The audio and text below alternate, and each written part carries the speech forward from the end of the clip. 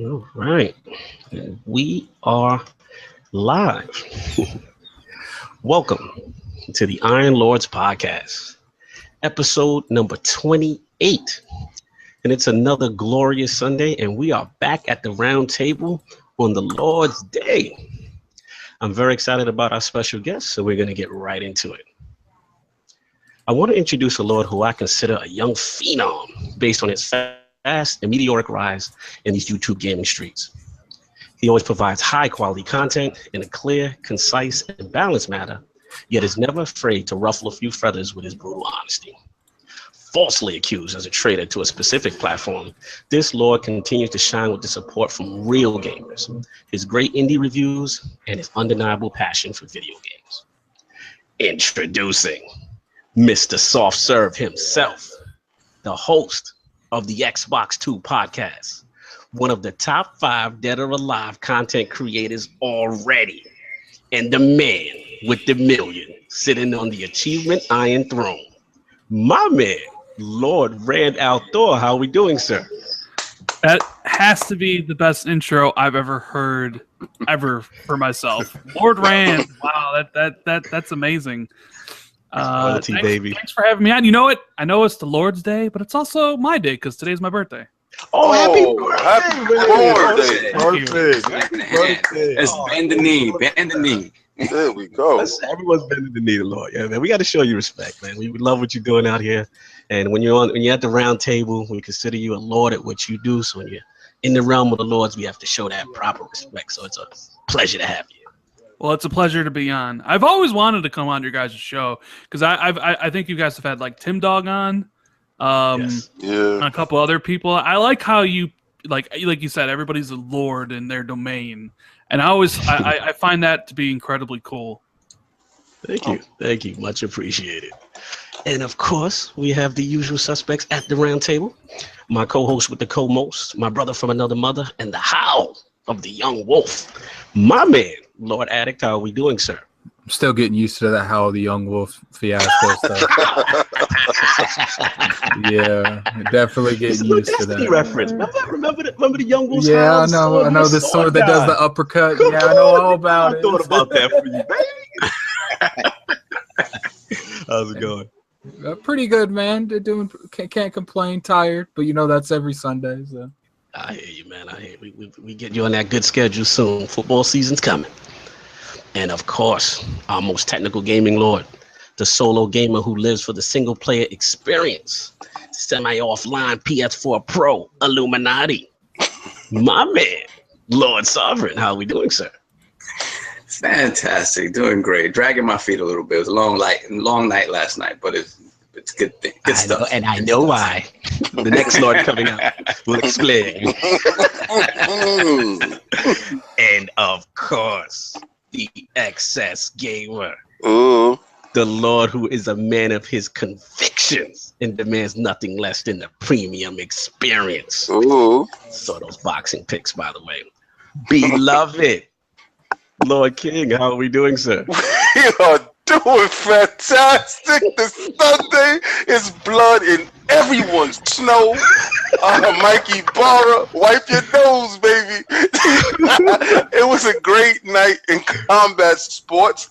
You had the regular edition for those people that, couldn't do the premium. They had the Kodo Kobayashi.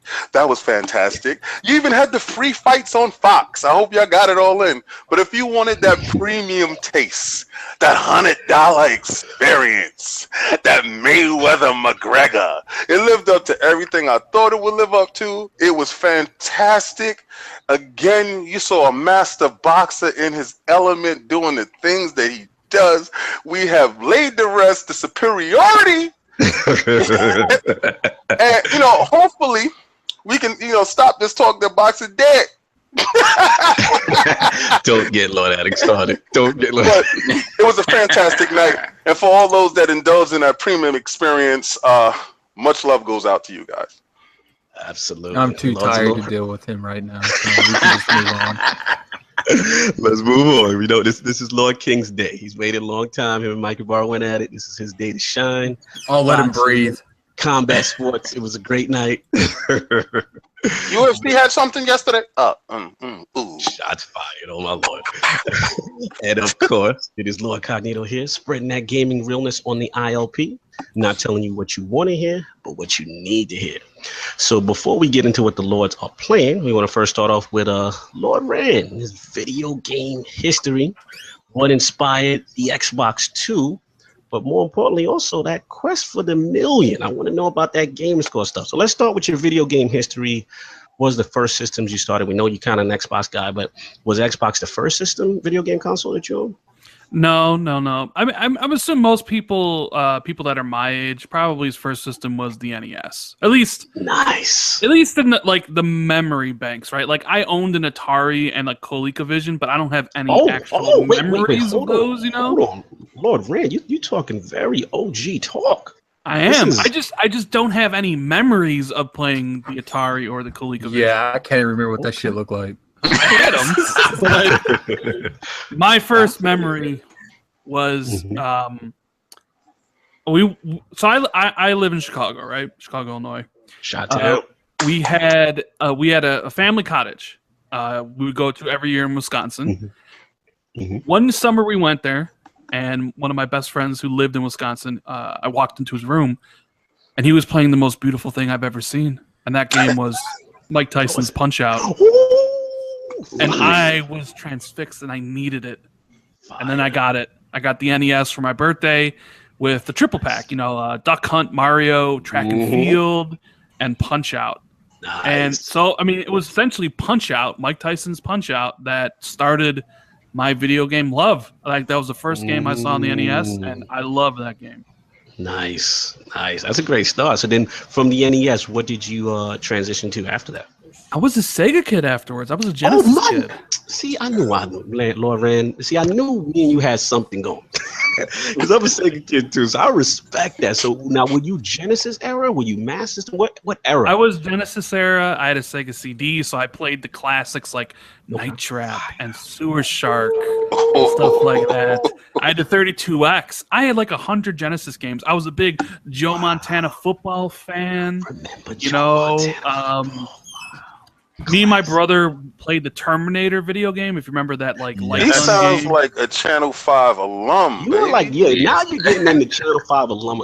Yeah, like this is deep stuff right now. But I do have a question though. But there's the fanboy in the comment section. Anchorman wants to know how old you are. Of me, I am. Well, since today's my birthday, I am officially 36. Man, Lord Rand, happy birthday, man. Happy born day. Happy born day. What's up, man? Yes, sir. That is going crazy right now. Nice. A lot of people say they got to catch up to your career gamer score and that stuff, man. This is good. So, oh man, if my gamer score included like every console from every gen, you wouldn't be able to. Because like I had 150 Nintendo NES games. I had over 100 Genesis games. You know, like. This is just me. Like, I love playing as many games as I possibly can. And, of course, when that translates to gamer score, because you get more gamer score by more games you play, that's always been me, even as a little kid. You know, I wasn't, cool with just playing one game. Like, I had to play all the games, you know? Nice. I hear you, man. So then after that, I mean, when did you start your first, I'm assuming you got the original OG Xbox, correct? Yeah, but at the very end. So after Genesis, I became a PlayStation fan. I became a PlayStation fanboy. Ooh. Oh my god, I was so heavy in the PlayStation. I thought Sony could do no wrong. I thought Sony could do no wrong. I got the PlayStation 1. I got the PlayStation 2. PlayStation 2 is still one of my favorite consoles ever. And then I actually didn't like Xbox. I thought I didn't want them in gaming originally because I was like, I'm like, dude, they're not PlayStation. Get out of here. I didn't get an Xbox. I didn't get an OG Xbox until Halo 2 came out. Cool. I fell in for the hype. I picked up an OG Xbox, got Halo 1, thought it was extremely overrated. I didn't understand what the hype was about. Got Skyrim, or not Skyrim, KOTOR, which is one of the best games Skyrim, ever. 15 years too early. Yeah. And then Halo 2 I fell in love with, dude. Like, Halo 2 was my first taste of online gaming. Yes. Yeah. And I played Halo 2 every single day for like 13 hours a day for an entire year. Remember how amazed we all were like when you heard proximity chat? Yes. Like for the first time playing like a Halo 2 or whatever. I was just amazed by stuff like that. Just being online with your friends and stuff. Those are memories, man. That was a great game, man. Like, oh man, absolutely. Cool. So then that transitioned to 360, I'm assuming. And Yeah, I got a 360, but I got a 360 because I wanted to play Halo 2 upscaled. And then, yeah, I mean, I had a GameCube as well. I had all three systems in that gen, and then I only owned a 360 for the entirety of that gen. Well, I had a Wii because everybody else had a Wii, but it wasn't really mine. Nice. And then, yeah, then the Xbox One, PS4. But yeah, He sounds like a premium gamer. That's what he sounds this like. is very premium talk. That's premium talk we talking. Lord King appreciates that. But I will say though, my gaming shame is I've never owned an SNES and I've never played a single SNES game. Don't feel bad. What? Don't feel bad, Rand. Oh, now, as far as not playing an SNES game though, that part I'm a little surprised. But you've never played an SNES game? No, because like you know, I was a Genesis kid. Right. They were the enemy. My 25-year-old self has played SNES games. I never got. I was always going forward. So like, I've only owned Nintendo products. I've owned a Nintendo and the NES and a GameCube. Like, so you skipped out on the SNES? I'm very confused by that. The SNES, the 64. That's strange. No Wii U, I played the 64. Like, we would go over to my buddy's house and we would play WCW versus NWO. Stuff like that. Let's go. The best wrestling games ever. Yes, I just didn't own one myself. You know. Let me ask you a question. What made you buy the GameCube? I was $99 and came with Metroid Prime, and I'm like, oh, let's do it. I mean, that can do it, man. Metroid Prime was amazing. Yes. What got me was Luigi's Mansion. I don't know why, but I wanted to play that game. Yo, that game was so good, right? I really love that game. That's like one of my favorite games. I wish they would make a true sequel, not what they try to do. What, did you talk about the one on the 3DS? I don't talk about the one on the 3DS. Cool. So, that thing doesn't exist, kind of like the Death Note movie don't exist to me. Oh man, I saw that rant. So now that we got you up to speed as far as your consoles, Rand.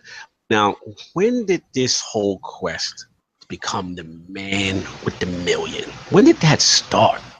How did it start? I mean, I fell in love with achievements probably right away, right? When I played Call of Duty 2 and that the achievement unlocked, and I'm like, what is this? And I played the game on Veteran to beat it, to get all the points, which I never would have done. Like, I always had played games just on the normal setting or whatever the default setting was. So I went out of my way to play it on Veteran, and then I started just seeking out games to play, like games I wouldn't play. Games no man should play, like and My Horse and Me Too, 1,000 achievement score. Yeah, I was playing games that you shouldn't play to get those points. Shout out to Lord Smooth was talking about picking up that Barbie game to get that achievement sword. Listen, we're gonna talk about this in a minute. Lord Rand, don't want this life. Let me tell you, I got some shame here. We know that. Me and Lord Ha. Oh, you could be quiet. Me and Lord Ha would rent games just to put up gamer score, and we were going at each other, renting the most whatever games we could possibly get, just to outdo each other that night. And we will talk crap back and forth. But then when I saw what your gamer score was, I actually just fell out of the race. Oh, that's a moment. Look at Lord Rand score. You've been there. Yeah, that's it. I can't do this. Actually, I know. A master. I know another person that's in the million. Really? Okay, cool. So then you can continue with the million. So you got kind of addicted. You started that whole process, and then it just kept going. It just stockpiled. It kept on going, but then cheating happened. Then people started cheating to get high in the leaderboards, and it was so rampant There was websites where you could download people's saves and get all the achievements in like 10 seconds. There was the second profile glitching. And me and my friend Stallion83, who's currently #1 in Gamerscore, we kind of like that's how we met. It was through our distaste of people cheating the system, and we became friends, and we played like all the games together back in the day. I didn't think anything would really come of it because I didn't think Microsoft would bother doing anything about it. But then they did. They took action. They reset people. They said you shouldn't do that. And by resetting people, my position on the leaderboard kept on going up and up and up and up to the point where eventually down the road, I was like, hey, like I could be top 5, which is the only ever goal I really wanted. Like I didn't care about being #1. I just thought like, wouldn't it be cool to be top 5, at some point? And absolutely, I kept on grinding. I passed up a bunch of people to finally get into the top 5. And even though I didn't hit 1 million in the top 5 because I had to wait. Phil mentioned doing the million at E3, but it was like December, so I had to wait like 6 months. So I had to wait in the process of waiting for the moment. I got passed up by 2 people that were behind me. Gotcha. But hey, I'll take E3. Exactly. Jessica Chobot over number 5. The perks that come with that. Nice, man. That's cool. And you know what? It's just real cool. I felt that Xbox recognized you, as far as that level of dedication and stuff like that.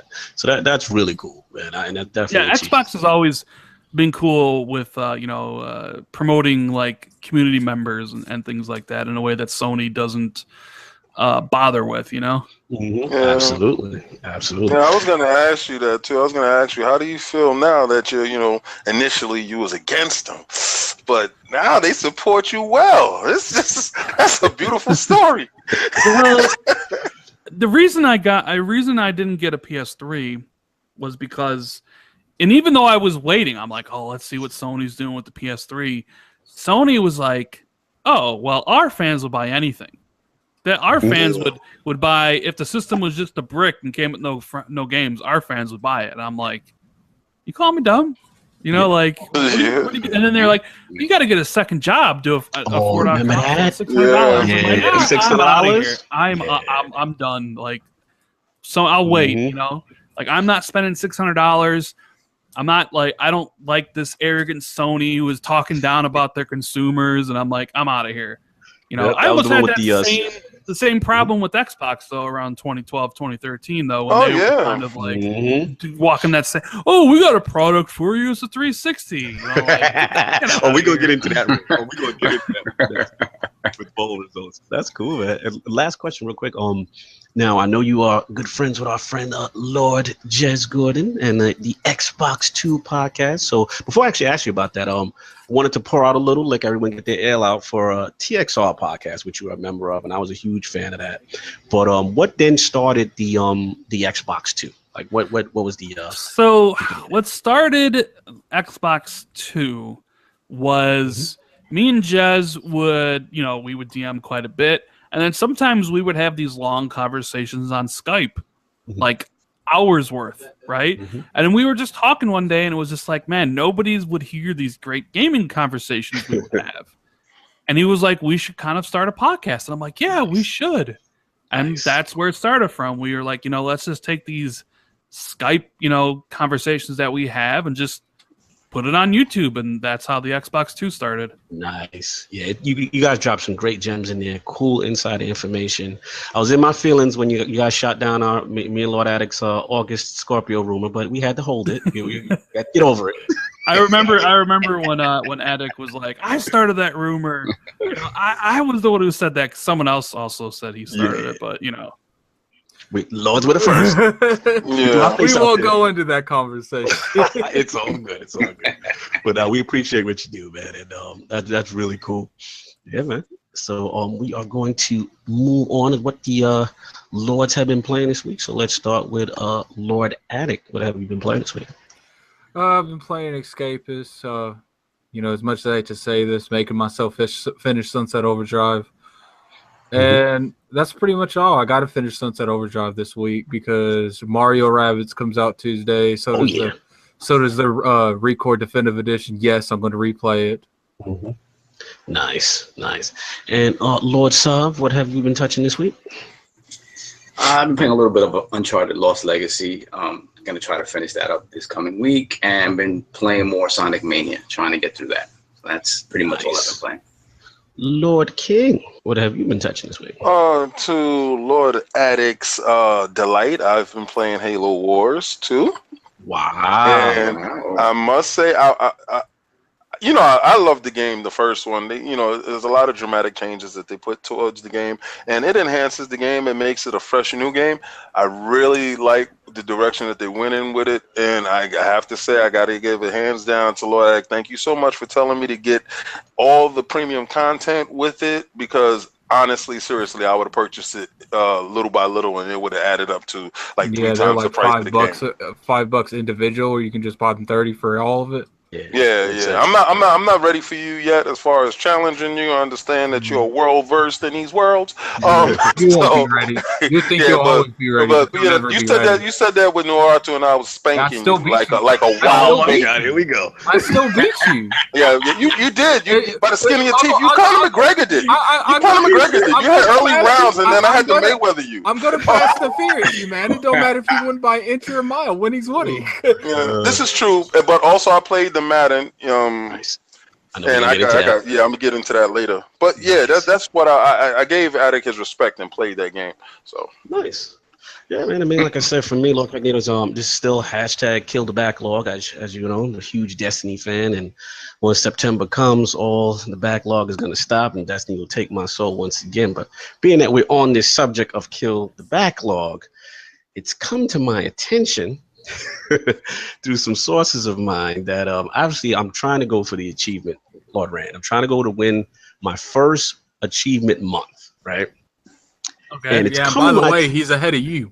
Yeah, it's not been a good month. It's not been a good month for me. I'm not even trying to challenge the Iron Throne.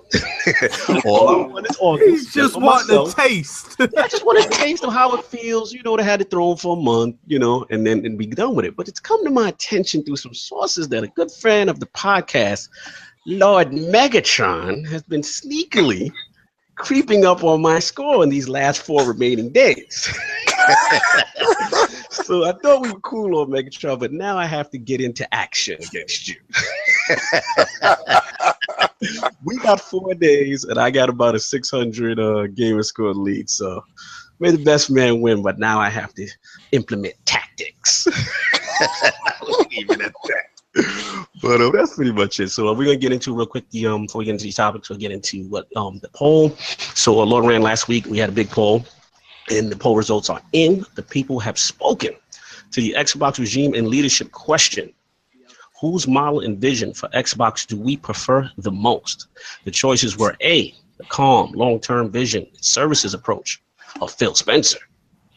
B, the aggressive for exclusives, E3 tattoos, and high budget spending of Peter Moore. Or C, the big budget marketing for games, TV, and media approach of the Don. You can just get rid of that one right there.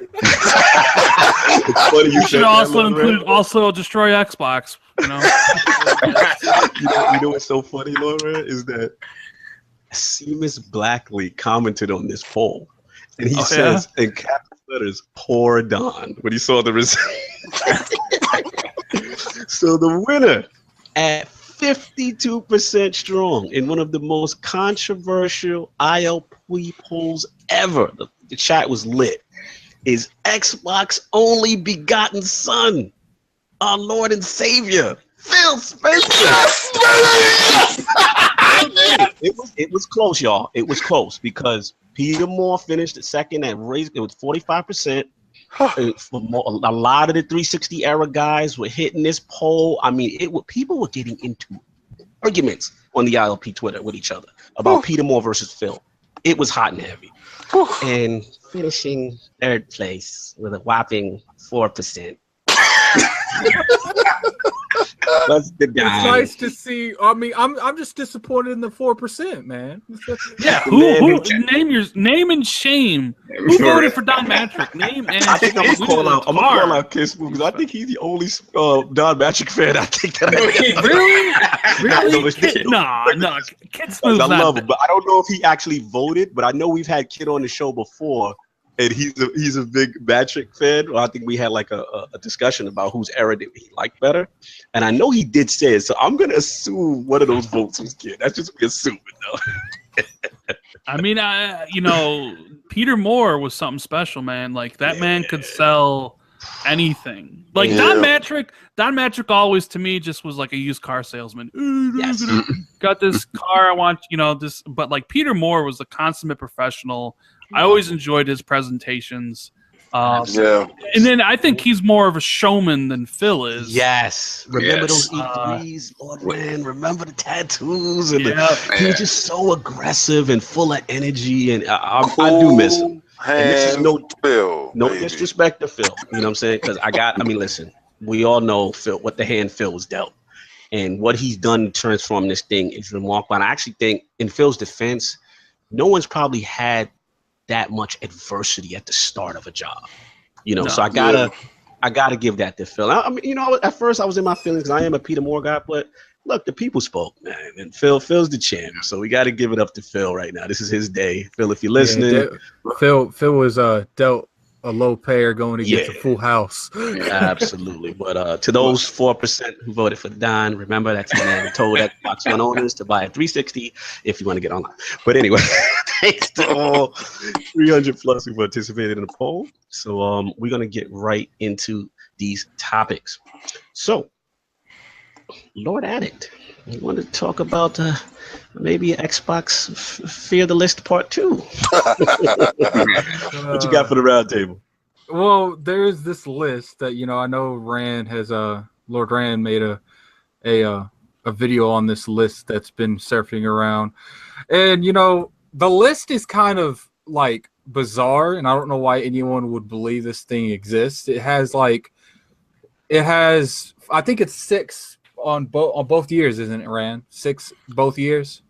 I think it's 8 actually. Oh God, 8. That's I'm trying to think because there was the 3 games, the 4 games we know just of for next year was Sea of Thieves, State of Decay, Crackdown, Ori, the Forza Horizon 4, Halo, and I think there was another one. Yeah. Oh, and Ninja Gate.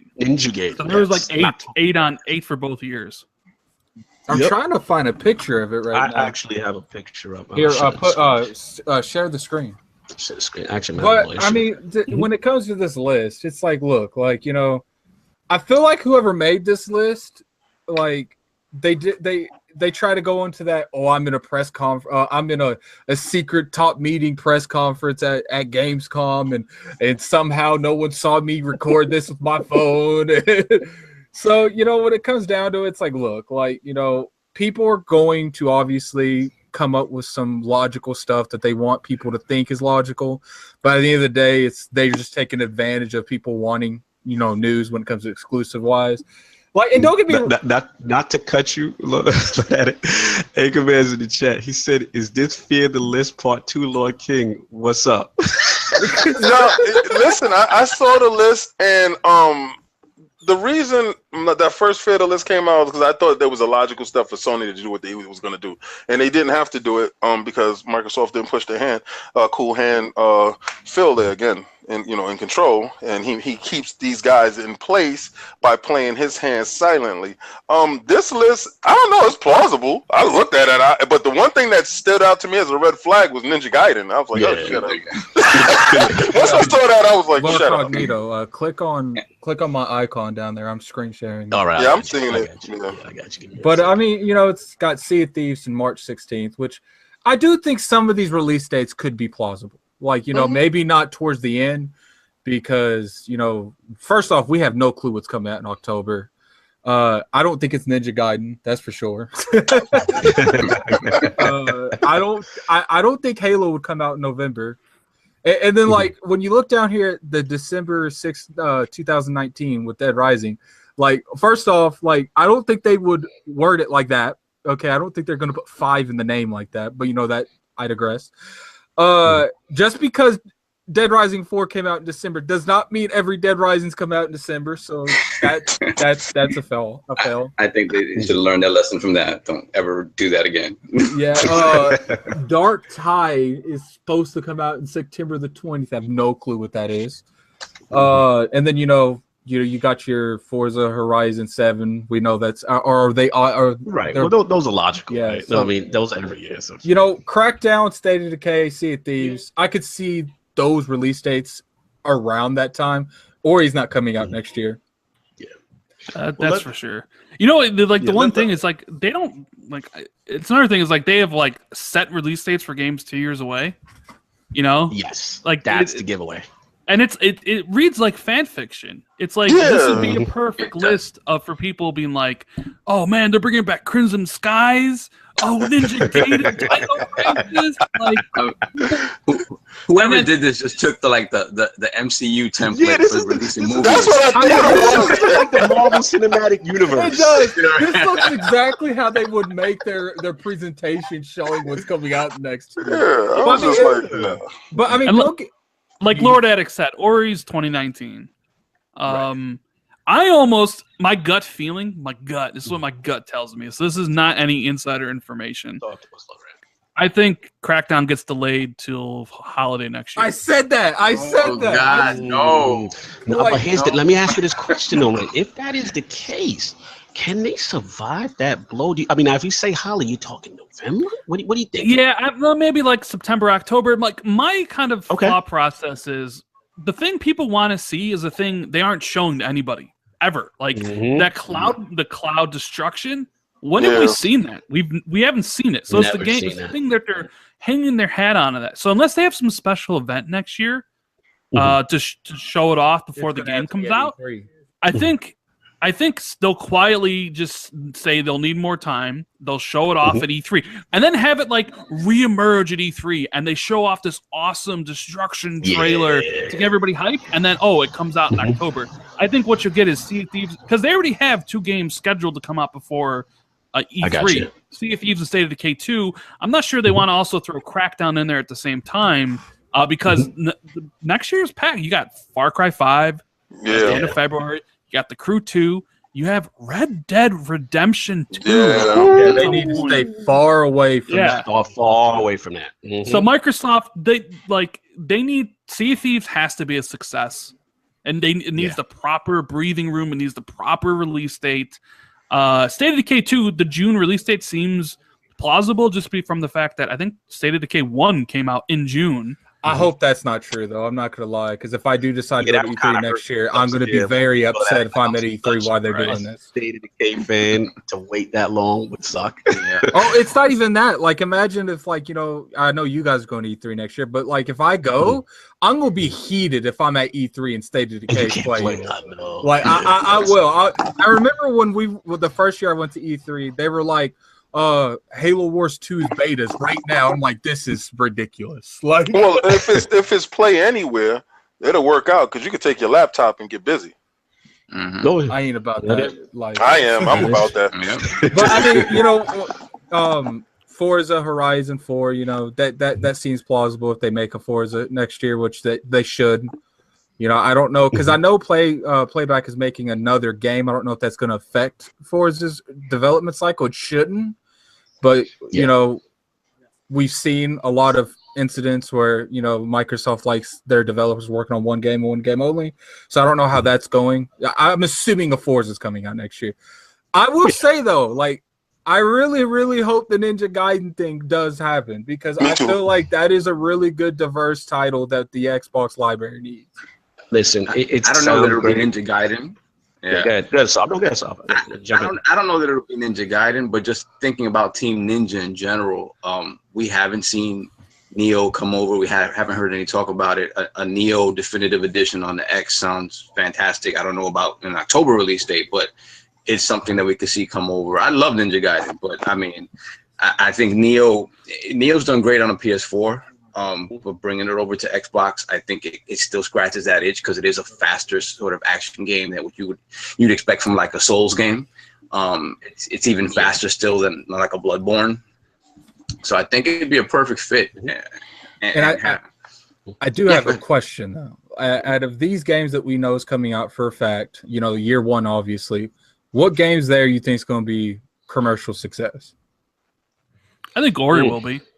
Yeah. Well, then again, Ori's not next year, but Halo. But then again, I don't even know. Here's the other thing. I don't even know if Halo's coming out next year. I don't. No, Halo can't come out next year. I think it's coming out in 2019. Yeah, 2019. I think Halo has to come out next year. Oh, I would. Oh, you think it has to? I think it absolutely. We need a holiday blockbuster because we ain't had one. I hear what you're saying. Now, my question is, when was the what's the development cycle? When was Halo 5 now? So Halo 5 was 20. So numbered Halo games, for the most part, have always had 3-year dev cycles.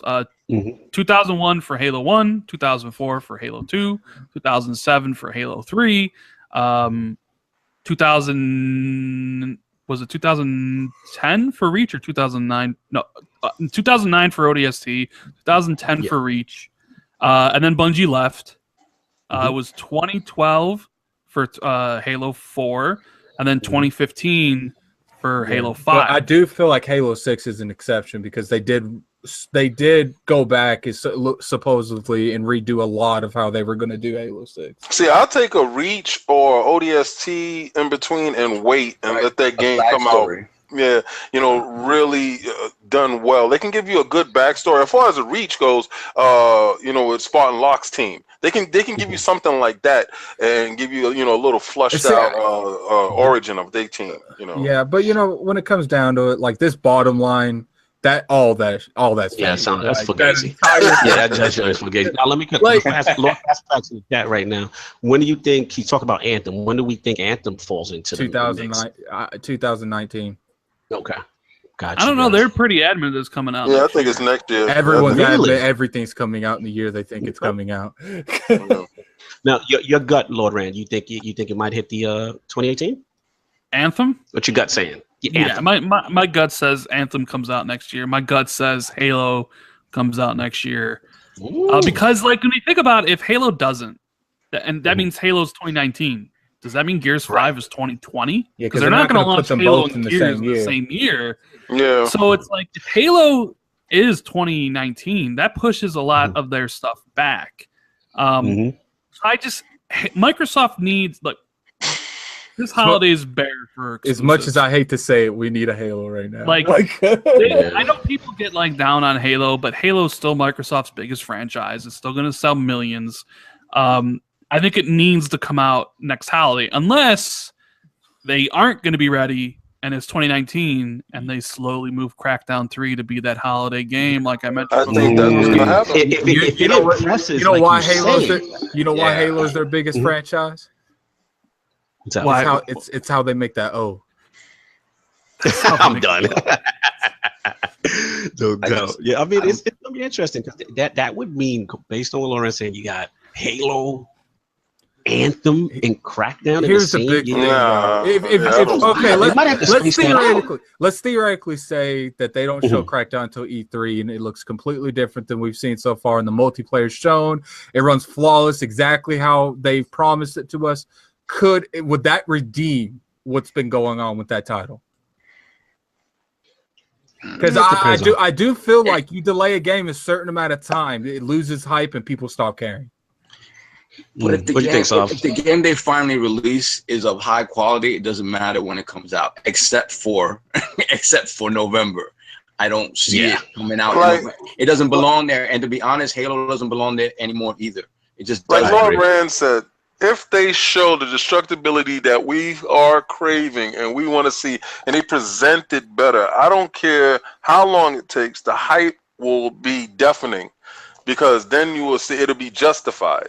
You know, the wait is justified.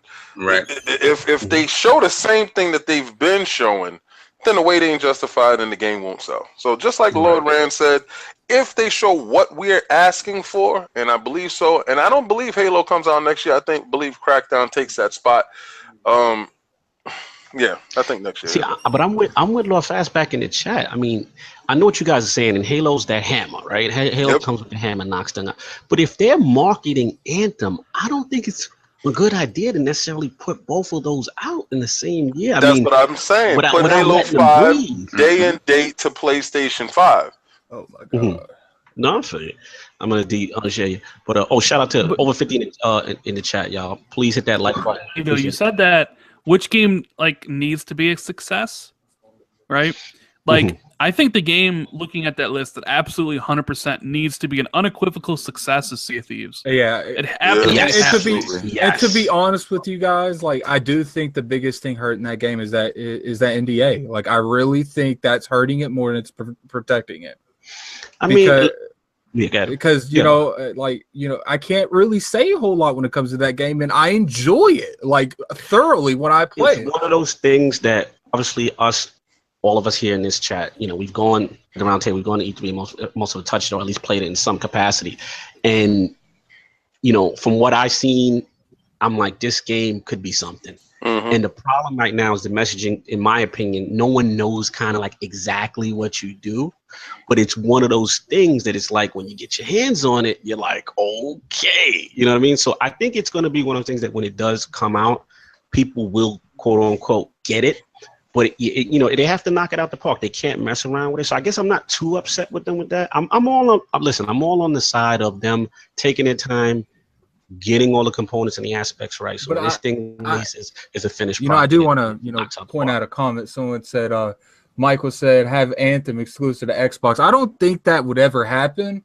but you know, they do need to go to EA and drop that check and get a similar deal that Sony got with Destiny, because let's be real here. You know, a lot of people don't give Destiny a lot of props when it comes to it's helped the PlayStation a lot. Oh yeah, big time. I mean, they've had a bundle every gen. I mean, every year they've had a bundle with Destiny. I wouldn't be surprised if Destiny sold a couple million PlayStation 4s. I agree with you, Lord Ag. The only problem is based on what we've seen and heard from Phil. And Lord Rank, correct me if I'm wrong, he just doesn't seem to believe in that exclusive content paying deal anymore. Like, he doesn't seem to subscribe to that. What's the vibe you're getting from Phil on those type of exclusive content deals when Microsoft has the marketing? I mean, he's been on podcasts and like shows where he says he doesn't like want to pay for a skin that other people can't get. Like he's against that stuff. But that's one of the reasons that Sony's killing them right now. Well, yeah. Well, I mean, but then again, like the Destiny stuff, there may have been zero chance Microsoft could ever get the Destiny 2. Yeah, right. You know, that's facts. Like they could have signed multi-contract, like same thing with the Star Wars stuff, because I heard that's more of a deal with Disney between Disney and Sony than it is Sony and EA. So a lot of these deals are multi-year, like the Call of Duty deal. Like there's nothing Microsoft can do to get any of these deals because they might be multi-game, multi-year type of deals. Yeah. Now we're talking about Anthem. But what if Anthem isn't a marketing deal with Microsoft? You ever think about that?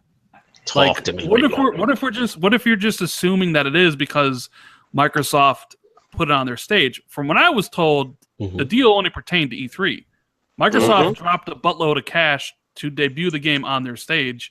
Correct. But as of now, from what I understand, there's no marketing deal between Xbox and Anthem. So pretty much just bait and switch. So I don't know. I'm just saying, like, there very well could be a possibility Sony's like, nah, we got this game. Like, don't say that. Wow. If that's the case, Lord Rand, like this is like when we did the poll, this is what the Peter Moore contingent is saying.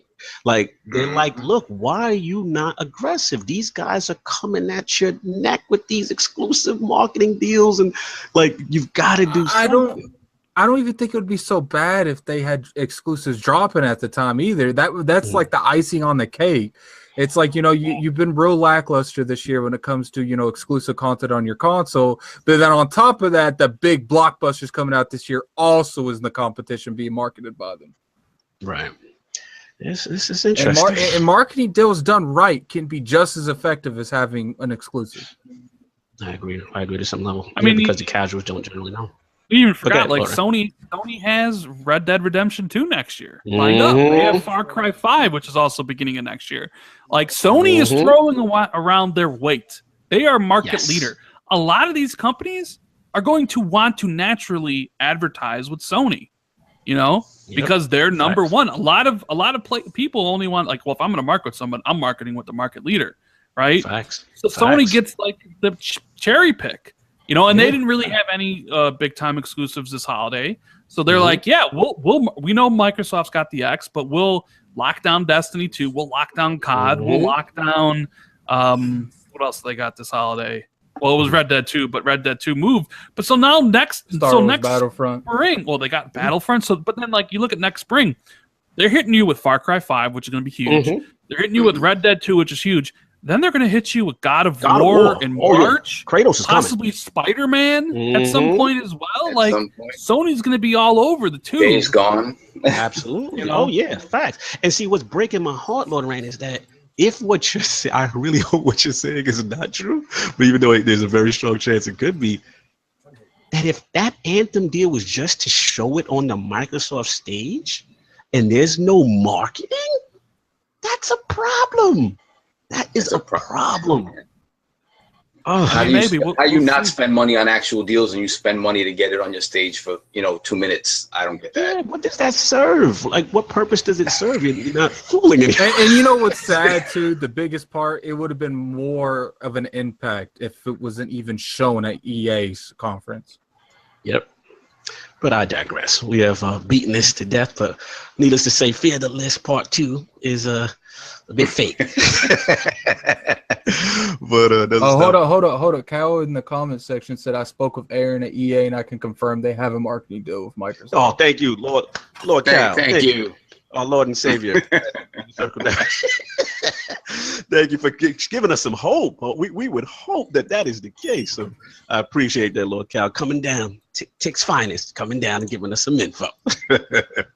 No. So we're going to move on to the next topic. And Lord Saw, a lot of talk about these enhancements on Xbox One X games, Gamescom stuff. So what you got to talk to on the roundtable? So I have a few little things to talk about. Last week, I know we said we were going to come back and talk more about Xbox at Gamescom, and it just never came together. So we'll talk a little bit about that and what came out, and people's feelings on what they announced at Gamescom.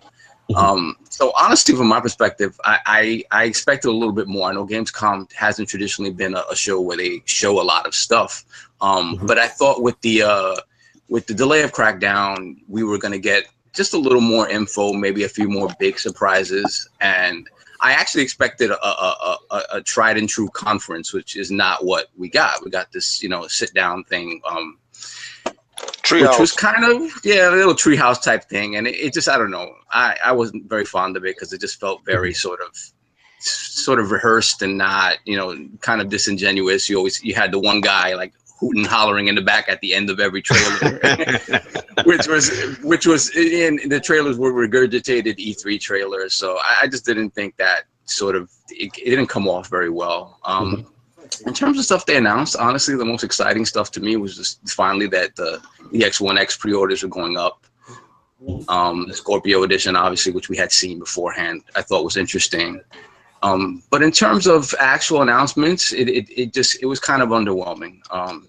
The Jurassic Park game is cool. The building game, I think if there's a franchise that associates well with that sort of game, it would be that, some sort of SimCity thing. So Jurassic Park, that seems pretty cool.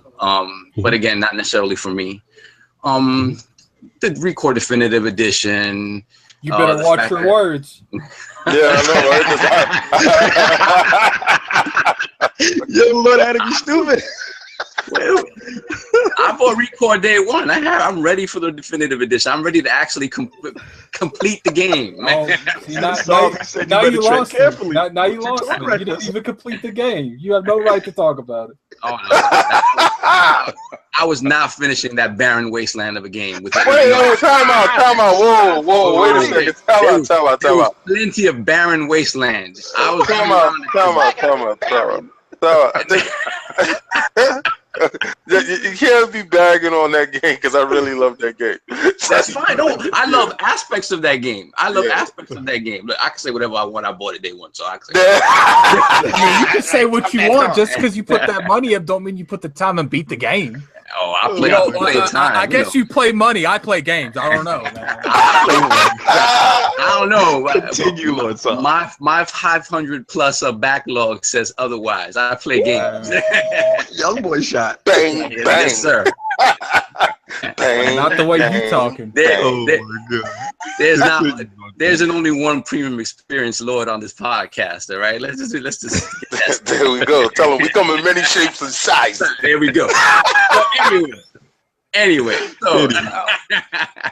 so but honestly, I mean, it was just sort of underwhelming, and maybe I expected too much from it. Sea of Thieves, the Sea of Thieves stuff coming, where cross-play with PC and stuff, but we kind of knew that was coming. So to me, the most interesting stuff besides the Xbox One X launch stuff was the fact that they finally got their hands on seeing some X1X Enhanced Games. And here on this podcast, we've been very critical of them, of how they sort of pigeonholed themselves by claiming all this, uncompromised 4K, and how they put themselves in a corner when anytime any game was not hitting those standards, they put themselves in a position to be completely scrutinized and attacked. And what we saw with a lot of these games, there's a list now of over 100 games that are getting X1X enhancements. A lot of these games are going to be able to hit native 4K at 30 frames per second, or whatever, or higher than 30 frames if the game originally had an unlocked frame rate. So it's good to finally get some concrete evidence that what they were talking about was just not completely smoke and mirrors, and we can have more confidence in what the system is capable of. I mean, in terms of the 4K stuff is great, but to be honest, like, my thing is just that the system be capable, that the system be able to give me a great 1080p experience as well as a 4K experience. Like, to me, that's the primary thing. Gotcha. So yeah, like all the enhancements they had with like Tomb Raider, especially Tomb Raider Rise of Tomb Raider, looks absolutely fantastic. So to me, it did a good job of cementing in the minds of people who already may be on the fence about the X, but leaning towards getting it. It gave a real reason to be able to pick it up day one without necessarily a big, exclusive game with Crackdown not being there, and have confidence that the games that are releasing around the launch of the system and the games that they already have in their library are going to look considerably better and run considerably better. So I think it was a nice little boost for their marketing in that regard. All right, I gotta jump in this one. You gotta jump in? Okay. Go for it. All right, first I want to say shout out to the 63 people watching, shout out to the 29 people that liked it, and even shout out to Anchorman and his whatever buddy he had to dislike the video. Shout out to 60 in the chat. Hit that like button, y'all. Troll it, baby, troll it. There's some like rivalry between Iron Lord's podcast and the Multiverse. No, it's friendly. My boy James is over there. That's the premium Brit. No. It's just friendly, man. There's no rivalry between anyone. It's just I'm me. So continue. So yeah, when it comes to Gamescom, look, even I expect a little bit more than what they did. Because let's be real here, at Gamescom, when it comes to caliber, like the highest thing they've ever got, something like Tomb Raider. They have announced stuff like Halo Wars 2 at these events, but for the most part, they don't really announce anything big. You know what I knew that people had too much of high expectations when it came to this conference, this event? When it started and people said, "Oh, when's the conference start? Is this the pre-show?" I was done because I did. That's exactly how I felt when I saw it. That's exactly how I felt. I'm like, what the hell is this sideshow thing they doing right here? I was like the moment they said that, I was like, I knew, like, they're not having a conference. Like, really? Like, no one knew this? What I hear is Gamescom is more of an event as far as the atmosphere goes, more so than E3. Like, we have to go there. We have to go there because what I'm hearing, from a couple of guys there, I was, tweeting with a couple of guys. They said the place was open and it's open to the public, so it's not as congested as E3 was, and they had more stuff to do, like as far as crowd stuff. I don't know about congestion because you're talking about 300,000 people going to that. It's completely different. I hate to interrupt y'all. Lord Jonathan Citron in the chat said, "How would you guys feel if they held back Crackdown 3 just to put the Halo 6 beta code?" Before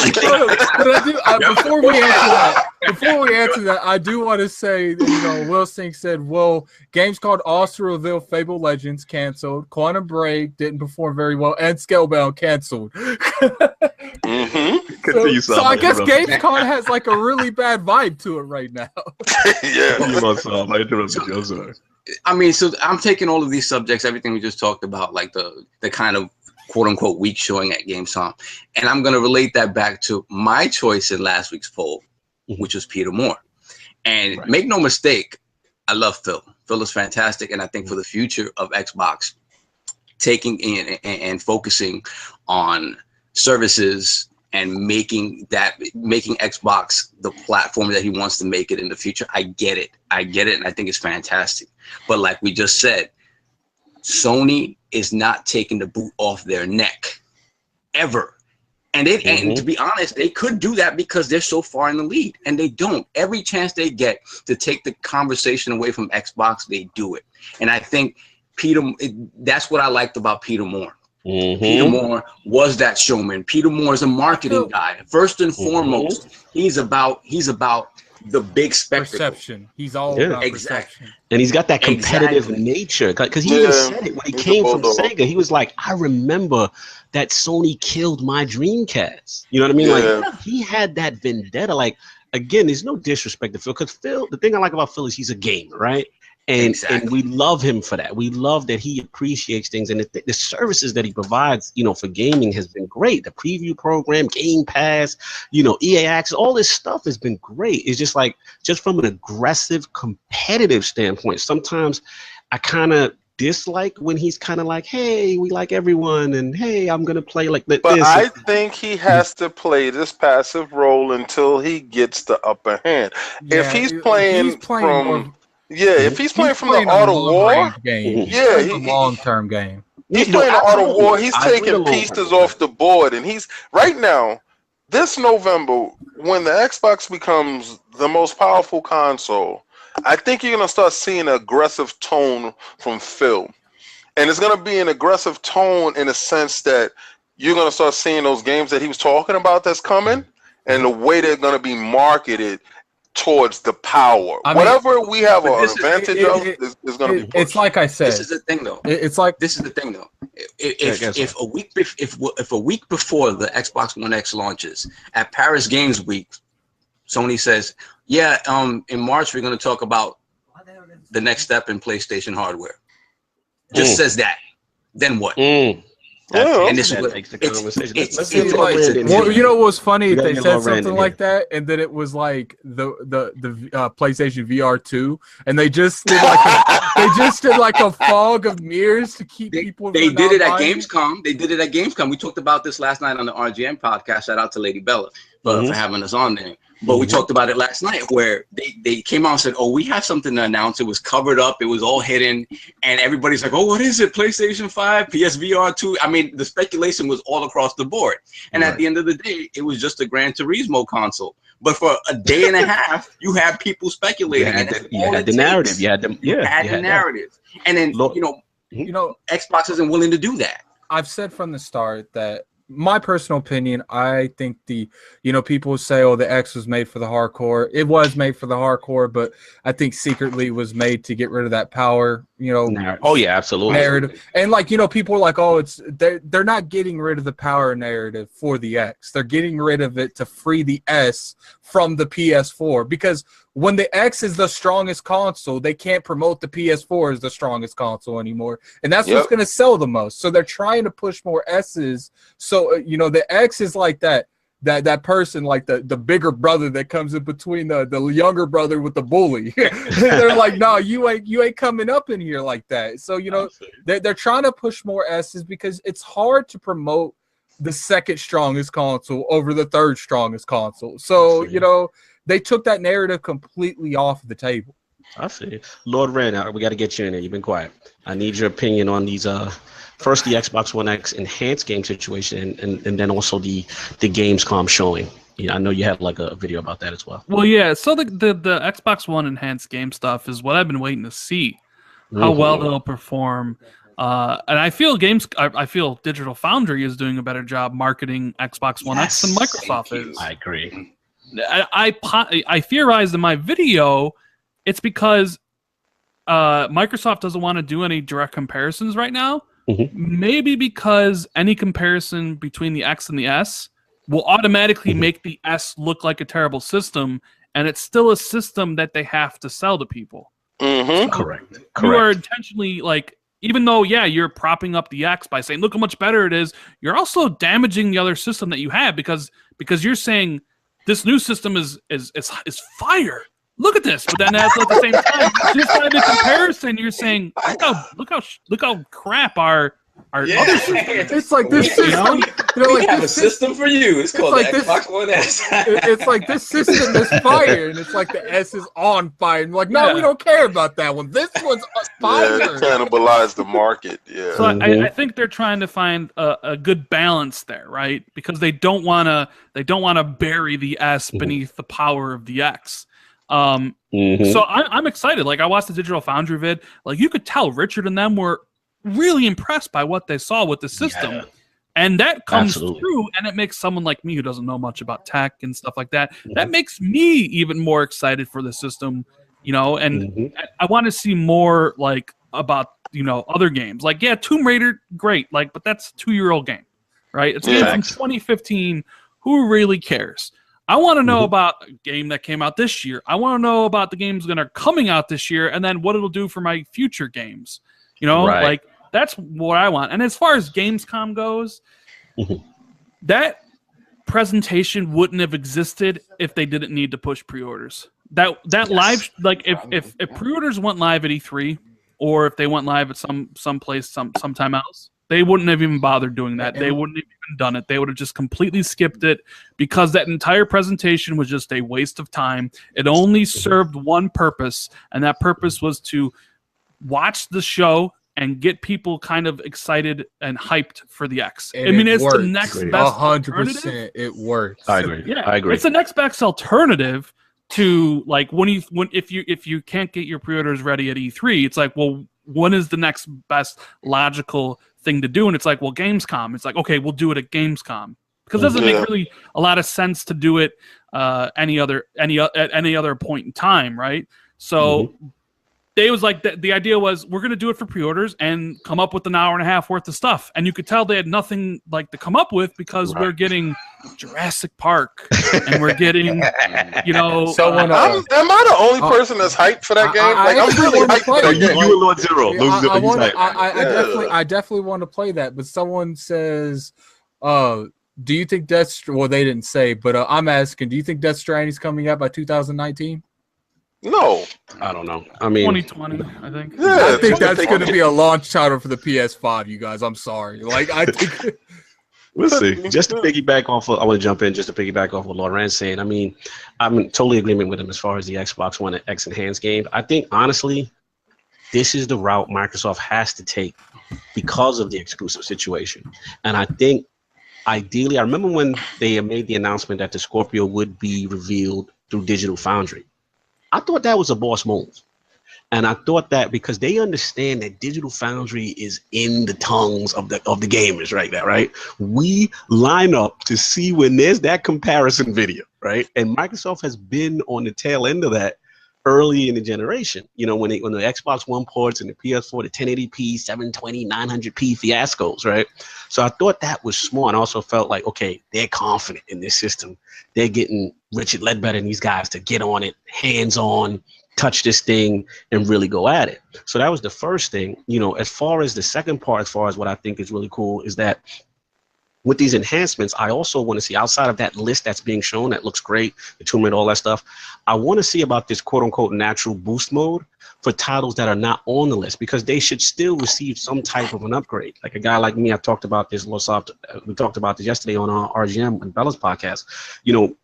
about like a game like a Tekken 7 that's not on the list, or stuff that have like bad load times, or that even think about this, y'all. Think about Rise, Son of Rome, right? Just to see how that's gonna look, with an upscale or whatever. So I think this is the approach they have to take by default because of the exclusive situation. As far as the games come, y'all, I said it like I told Lord Addict before that show started. I'm like, don't get your hopes up. I was like, I'm not expecting anything. Now, as far as what they showed, I agree with Lord Rand. This is all about the pre-orders, right? This is all about getting the system out there. I thought the Scorpio edition was really cool. For me personally, I was a little, surprised they actually had other games and stuff to show. But, my main thing with it that really just bothered me, though, the only thing that really bothered me is repeat on trailers. Yeah, you cannot reuse video assets from E3.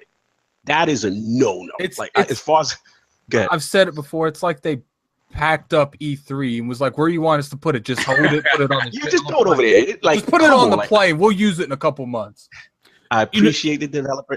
Go ahead, Lord Rand. I know you'll jump. Lord Khan, you know what was also interesting is after the Comic-Con showing for Crackdown and all that stuff, and even E3, Phil was pretty adamant saying we'd see the multiplayer destruction of Crackdown at Gamescom. Crackdown wasn't there. Like, I think somebody told him, "Don't worry, we'll have it." and with the Crackdown thing, we went into this last week. It's funny, look, it's funny. It's one of those things. Like, it's like, look, it's not ready. I'm not mad at it. But does it make you wonder? Go for it. What happened between E3 where they gave us the date and the that week where they delayed it? Like, what changed? Agents of Mayhem. You want me to tell you, Lord Rand? Agents of Mayhem. Come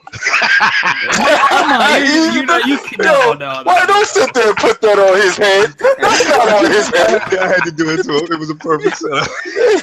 Get that off his head. That is not his fault. No, but in all fairness to Lord Rand just pointed out. I think it was the everyone in the community saw. The perception was you had non-gamers playing this game that did not represent it well. We're not saying that Crackdown's not going to be fun. We're not saying any of that stuff. We're just saying Agents of Mayhem. I don't even think it was Agents of Mayhem. I think if Comic-Con wouldn't have happened, it would come out this year. Did you play the Agents of Mayhem yet? No, I didn't. But all right, when you get a chance to, I would like for you to just rent it, go to Redbox, get it or whatever. You gonna say this? The is rumor Crackdown. is that they out Crackdown and Crackdown and Crackdown. No, I don't think they delayed it because of Agents of Mayhem. I think the Comic-Con was the nail in the coffin that they had to move it. Yep. Yeah. I don't know, because Phil still said after that stream that they would have a better demo of showing at Gamescom. So someone probably stuck in that room after he said that was like, why did you say that? That's infinitely more interesting than anything they showed at Gamescom. Was what happened between June 11th when they said Crackdown's coming November 7th. And last week or whatever, when they delayed Crackdown 3, what changed in 2 months' time for them to be like, it needs to be delayed? There is that rumor that was going around that maybe if that rumor was correct that the multiplayer was going to be delayed, maybe they got to the point where they were taking such a hit from Crackdown, they realized it wasn't worth delaying the multiplayer and taking more of a hit on that game. Right. That's kind of what I thought was that. Like, I think maybe even Agents may have had something to do with it, but hear me out on this. Like, go for it. So, like, I had heard that multiplayer wasn't going to make it for the holiday, right? And they were going to delay it. Single player and co-op 2017 launched with the system. Multiplayer in 2018. And then that's something I had heard. And then Agents of Mayhem comes out and gets trashed, and it gets trashed because it doesn't have any multiplayer. Yep. So there's people at Microsoft maybe looking at it and be like, we're going to be launching Crackdown without multiplayer. Agents of Mayhem just got trashed. Maybe we should wait until and launch it next year, give it a visual upgrade boost, and launch it as a full product. And these are valid theory. And let's be honest here. Regardless what kind of state it being Crackdown being delayed, put the 2017 lineup. To save the Crackdown franchise, that had to be delayed. It had to be. It had to be. But I agree. I think Lord Rand is onto something because, besides, like I said, the multiplayer is such a complex component. And then the thing actually I cared about that I don't see a lot of people talking about, I was more excited about 4-player co-op missions, and I didn't see any of that. So that was another thing where I was just like, is that? It was just too much not being shown. Lord King, Lord Saab, let me get you to jump in before we move to the next one. Yeah, I mean, my thing on the Gamescom thing, just real quick on it, and I'm not gonna bash it because I went in on Twitter. I went in on Twitter because I was thoroughly disgusted at what was being presented. Shout out to AC Bongos for doing a bang out job. It was fantastic that you held it together for as hard as you held it together. I felt for you. Going up there, like I felt for every developer that had to sit up there and go through that. I felt for you. But again, like they said, it's an event. I didn't like the little sidebars, the little comical crap. I hated it. It churned my stomach. It churned my stomach to the point when. I think one of the funniest things is people were making fun of the Skittle Bowl controllers. Come on, man! When my daughter sits there and says, does she know about games? There you go. I said, wow.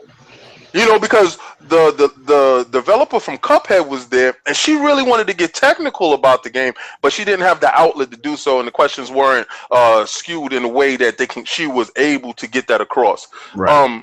So I thought that was honestly the worst interview for Cuphead that I've ever seen. But the aesthetics of Cuphead's developer was fine. Yeah, but no. I wasn't saying that she was the problem. Actually, she had the technical know-how and expertise to talk about the game. The interviewer wasn't. Ridiculous. Yeah, wasn't People able. People were saying it in chat that the Cuphead dev was the real MVP. I just thought that. It's true. They'd never put her to the forefront before. They do it now, and I'm like, you don't need to sell the game now. Everybody's in on Cuphead. It's in on Cuphead. Like, why would you? It was sort of like a blatant attempt to do that, and then at the same time, she knew what she was talking about. Real quick, that before I give it back to you, Lord King. Since we're on the subject of Cuphead, Lord Agame, we talked about this. What's up with no online to co-op though? They wanted that couch potato type of feel. That's a mistake. Yeah, and I believe that's a huge mistake. I believe that's a huge mistake. I know those guys, they went damn near broke. I don't want to minimize what they did to get that game out there. And they did make an announcement that I guess it would come later. Yeah, I hope that it's not there. I hope that feature does launch later, as like a patch when the funding is there. Maybe the funding isn't there. You understand? You were saying something in reference to Cuphead? I cut you. I'm sorry. Well, I was just saying, like, they did mention that they would look into the feasibility of adding online co-op after the game launched to see if it's possible. Yeah, it's like I said, it's not like that's going to hurt the sales drastically, but having that as online co-op and couch co-op, hard-ass game, online co-op and couch co-op's the difference between selling a couple thousand and a couple million. If we cry loud enough, I believe it'll come. And get on Twitter, you be like, "Yo, it's a fabulous game." If only. Just start hashtagging everything. If only. Yeah, if only. if only they had online co-op, but.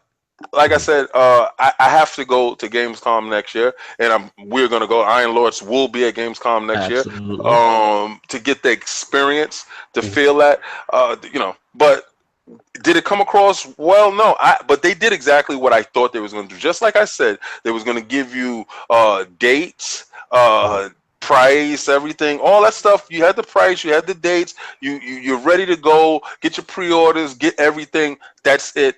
And then it was going to give you the list of the games and an enhancement. Yeah. So. All right. Well, that's what we got on this topic. Let's keep this thing moving.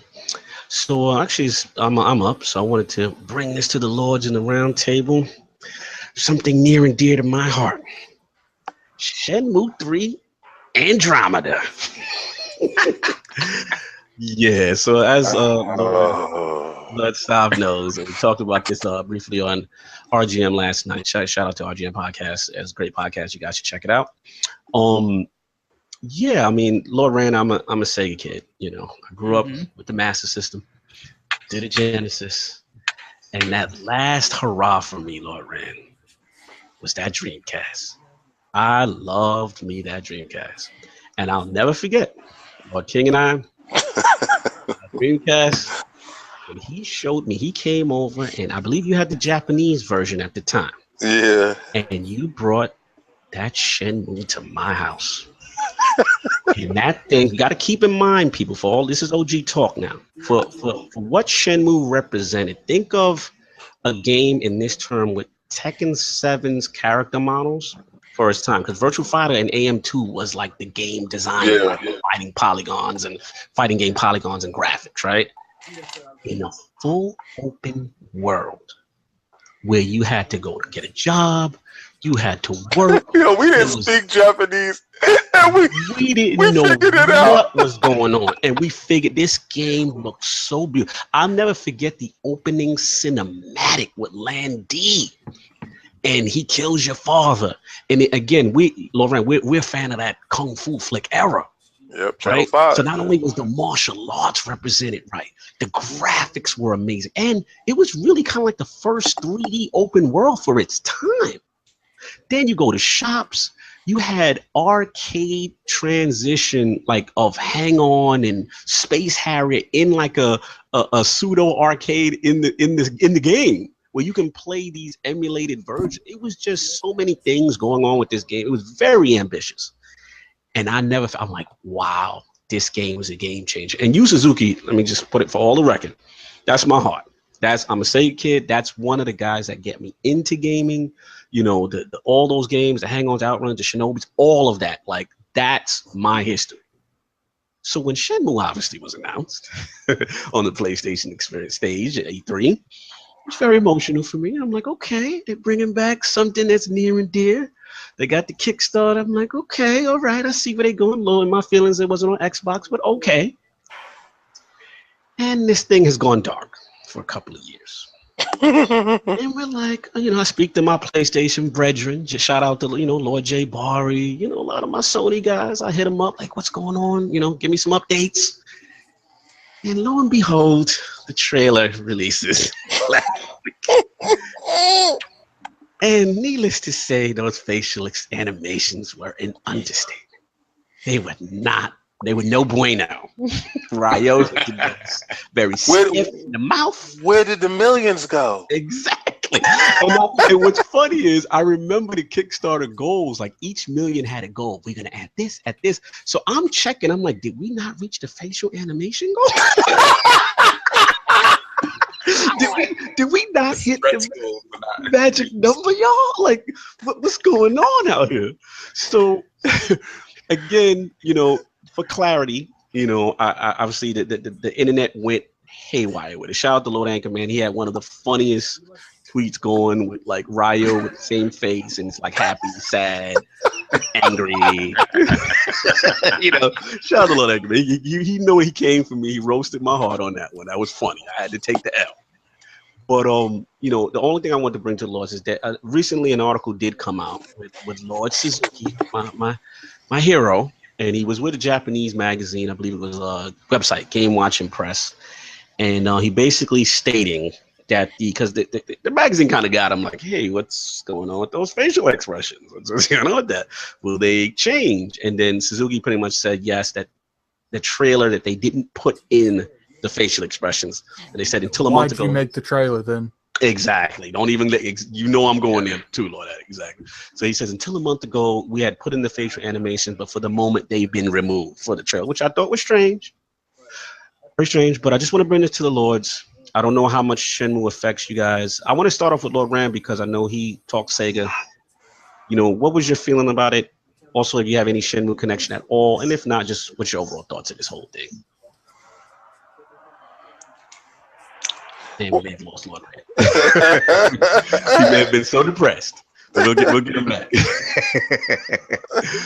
Let's start off with Lord King.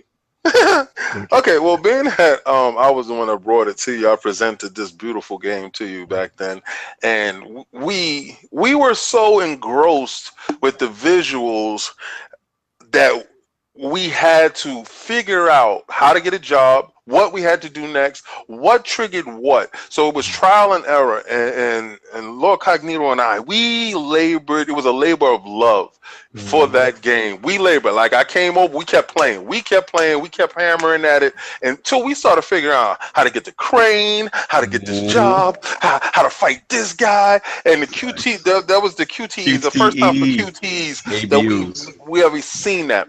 Now, fast forward to now.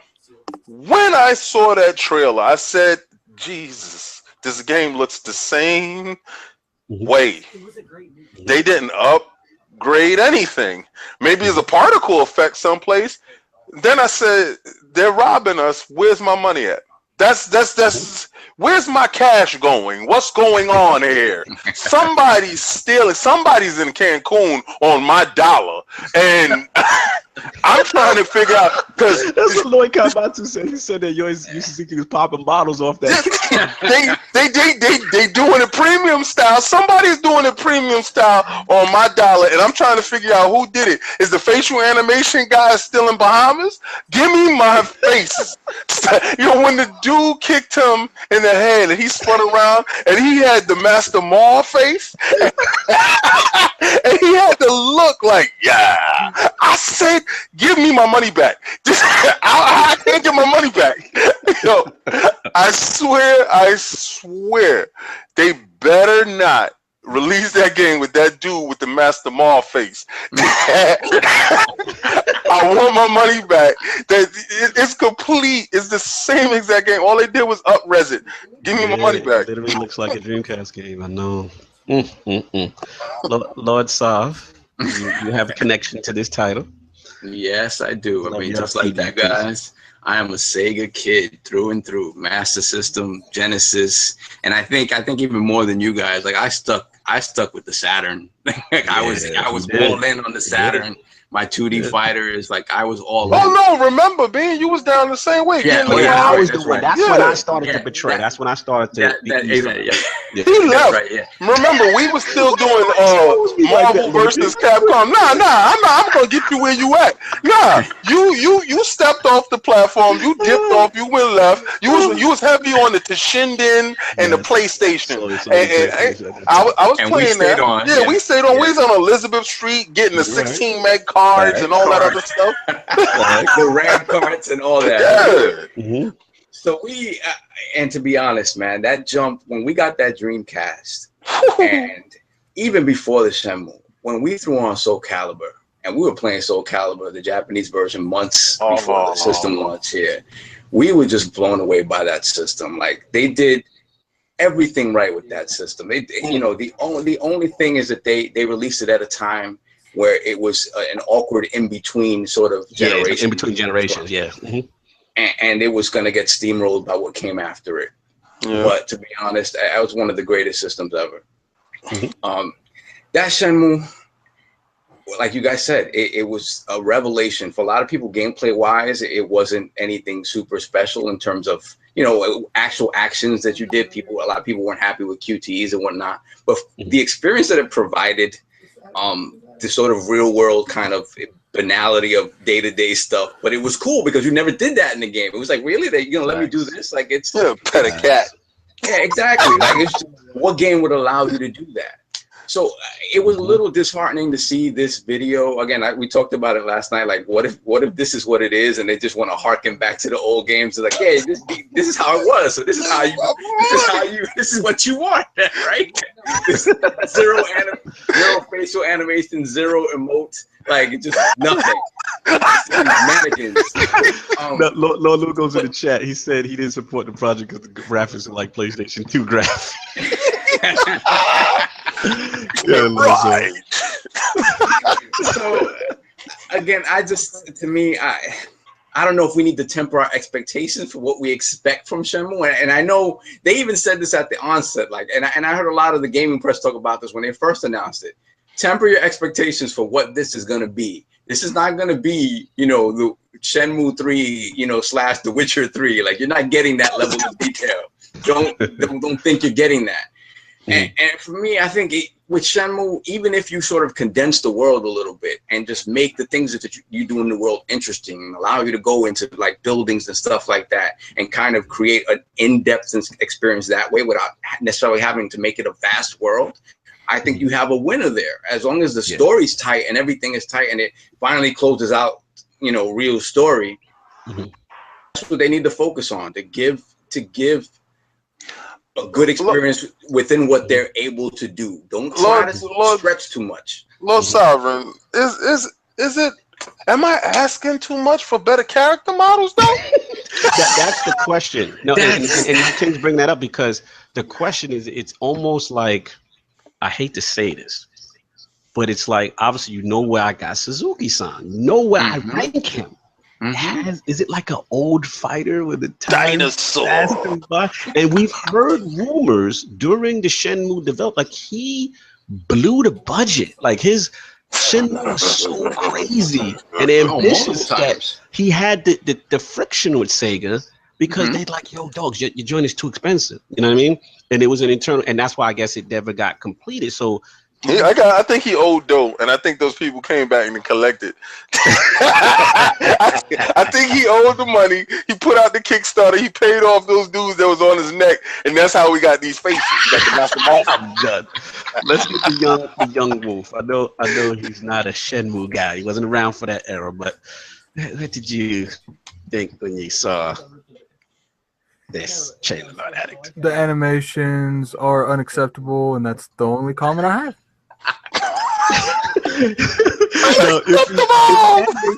Better, right? Would this title interest you in any bit, or is this nothing you would never buy? I'd rather play Quantum Break. Wow! Damn! Bow! Bow! Bow! Bow! Okay. No, this is good. This is good to know because this is the young wolf. So he represents a generation that didn't grow up around that time. You're showing, you know, someone that you know wasn't old enough to comprehend the game to its fullest, and this is what you're showing the new installment. It's not making me want to even look at it. So I feel you. No, this is big. It's like, you know, there's a franchise that I've always loved. It's called Way of the Samurai, and you know, I haven't seen that game in like a decade. So I'd love to see. Lord Addict, what if they gave you Shenmue 1 and 2 a little up-res and give you the backstory? Would you care to get into the backstory and then play part 3? Or not 3 looking like that. Okay. It's like, what's the point in play? Like the way you're describing it, 1 and 2 gonna look better than 3.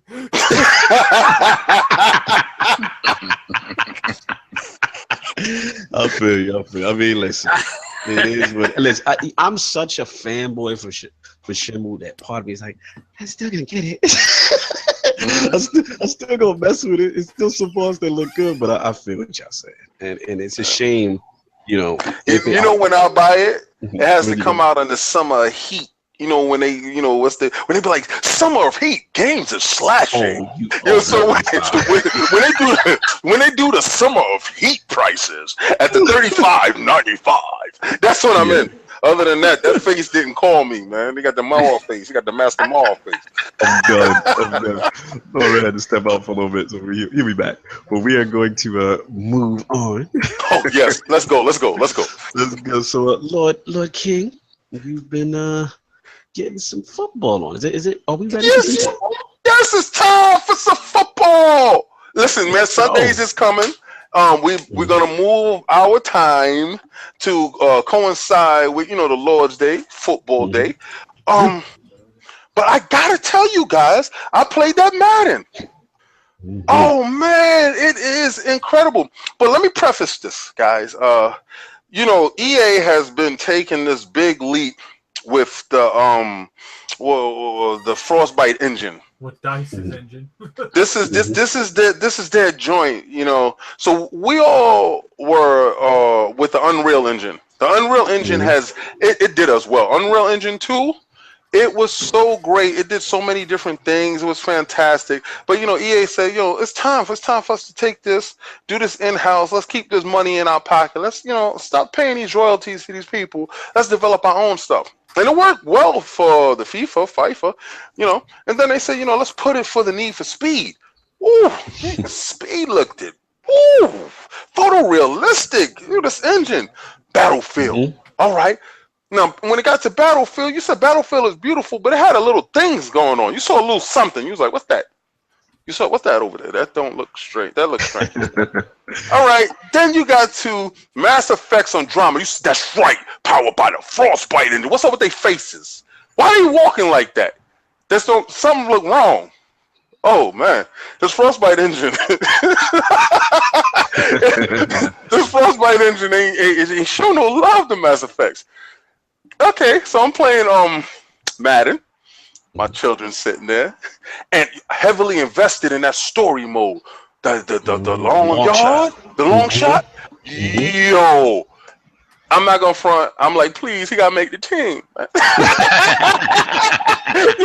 I'm not gonna front. Like, I wanted to help my man out. And I made a choice, and they was like, ooh, bad. I'm like, nah, but that's my dude. I'm not gonna leave my dude like that. So a lot of decisions, I liked it. But then here comes the animations. This Frostbite engine, this is the growing pains, guys. You're going to start seeing a lot of clipping. You're going to start seeing animations. Man, my daughter looked over at me and said, Daddy, why is his hands going through his body like that? And, you know, when you look over at your kid and you like, oh, baby, this is the demo. And you know in your heart, this is the complete package. This is what I'm getting in. I promise this is gonna change. I wasn't gonna lie to her like that. I just gave her the little white lie. I wasn't gonna give it a whole. I promise it's gonna change. Apparently, Calvin's over there working for EA for all animation. What? Calvin got control of the Frostbite engine, and let me tell you, this is where it got worse. So I finished that part, the long shot. They only give you a little bit, like get your feet wet. I'm like, man, I gotta play this. I gotta play this part. I said, let me play the game. Let me play, my Jets versus so and so. Well, I wasn't allowed to do that, but I was allowed to play whoever they picked. I picked my team. I'm like, I wanted to play with my Jets. Got my Jets in there. I said, I saw our quarterback. I'm like, ugh. But then, Madden is known for the presentation. Presentation took a hit, bro. It took a big hit. Really? Yeah, wow. The Frostbite. What you not feeling? What I'm not feeling is the animations. The animations, it reminds me of when we was playing 2K football. Remember the first time we got it, and their arms looked too long, or something didn't look right. Something was right, yeah. And then they were doing weird things. It's like the in-between animations, like they don't know what to do. They got like restless arms or something. And like in between the plays, I'm like, what's going on? Like when the play is dead and they getting up off the floor, I'm like, oh. Yeah, Matt has always kind of had that, where it's kind of like these awkward... Not like this. So it's even more emphasized now to you? Yes, because it's the growing pains of switching this engine. I'm sorry, some of the animations didn't make it. They didn't make it into this copy.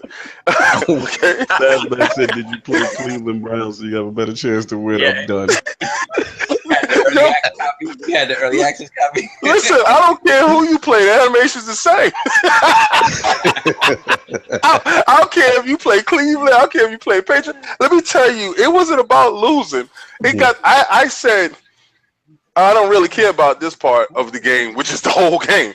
I care about the long shot now. That's what I care about.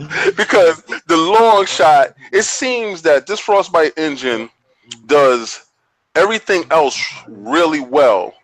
But when it comes to animations of non-inanimate objects like cars and stuff like that, that's where the problems start to kick in. My thing is, have you guys experienced this Madden? Do you see this Frostbite engine as a detriment to Madden? Should they go back to the Unreal? I'll jump in. Shout out to Randy's back.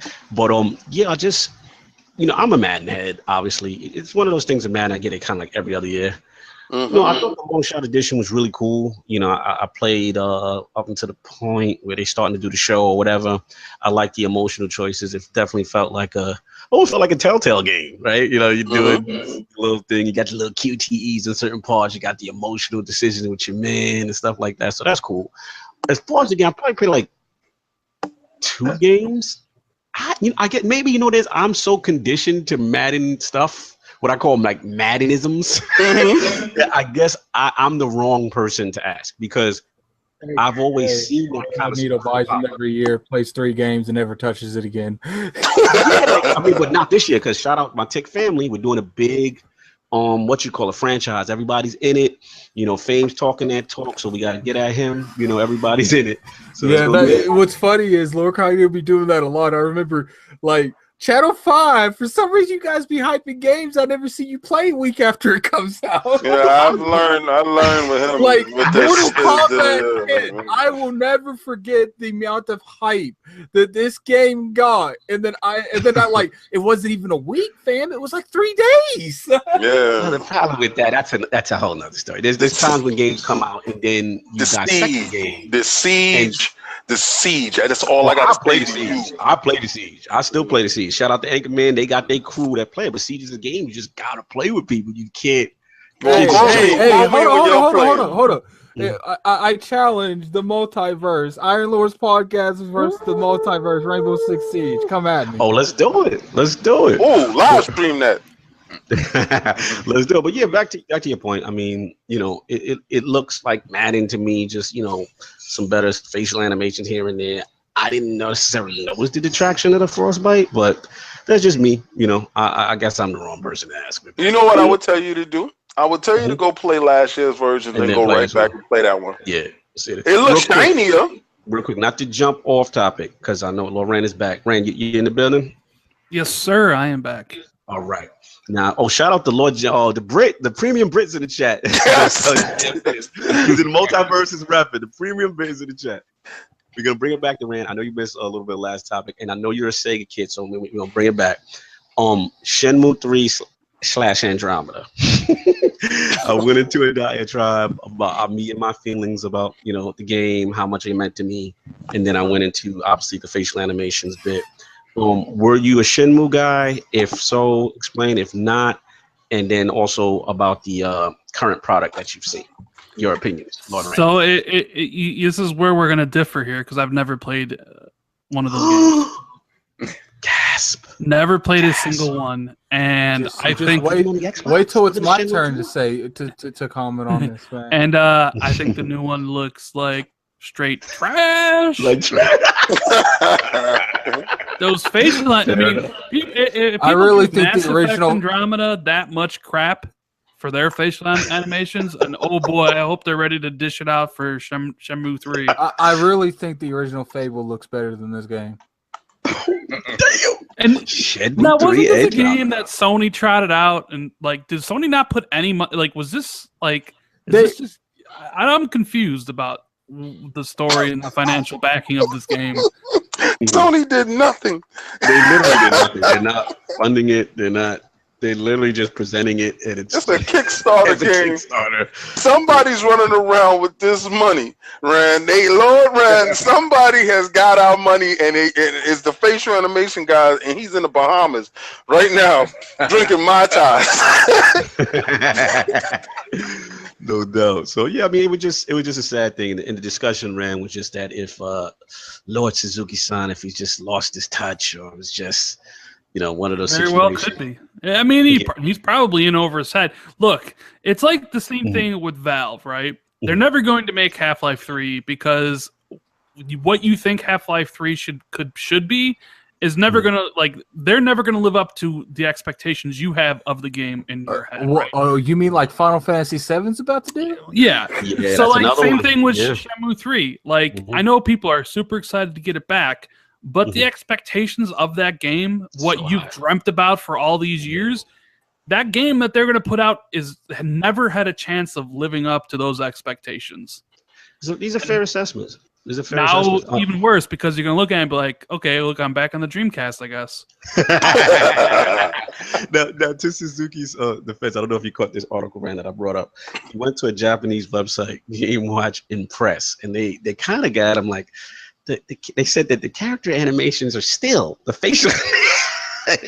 They said, will this be fixed? Is this part of the game? And he basically came out. He said that they have not put in the facial animations until a month ago. They had them, but for the moment they've been removed. So, like, I agree with Lord Attic. Why would you show that trailer? Yeah, why would you? It's pretty much like he's trying to like blame it on another department. Man, I don't know why our PR team didn't approve this. Like, I gave them the game, and then they looked at it and was like, "We good." And so I let it go out. So, Lord Red, it got to the point that I don't know if you ever went to the Kickstarter page. They have like each monetary goal. I was checking to see if facial animations were at like the 3 million mark or the 6 million mark to see if it was not reached. That's what I thought maybe happened. I was like, oh man.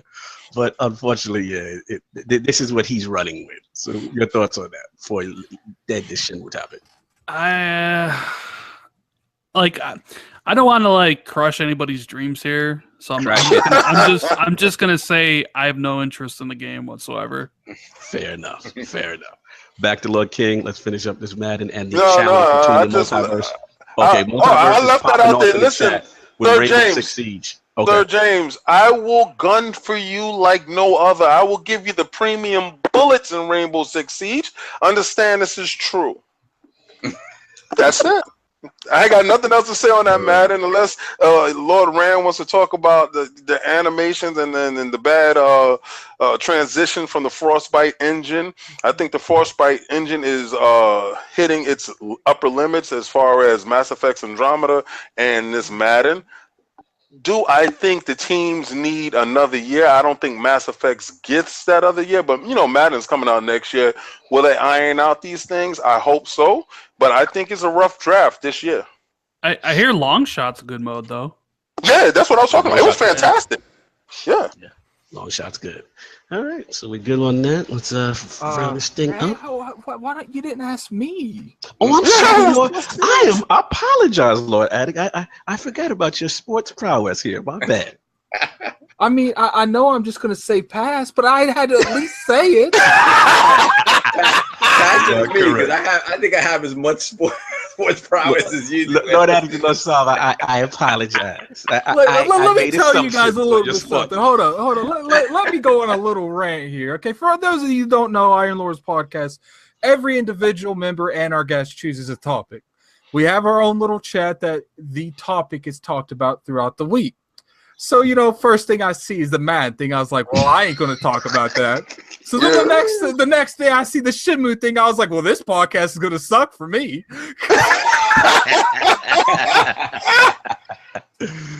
Lord Janelle Primero in the chat. What's up, baby? Appreciate you, man. Hit that like button and all that. Appreciate you guys. Good, Lord Attic. I'm sorry. But I mean, when it comes to it, we definitely we do this show to give you guys an entertaining show.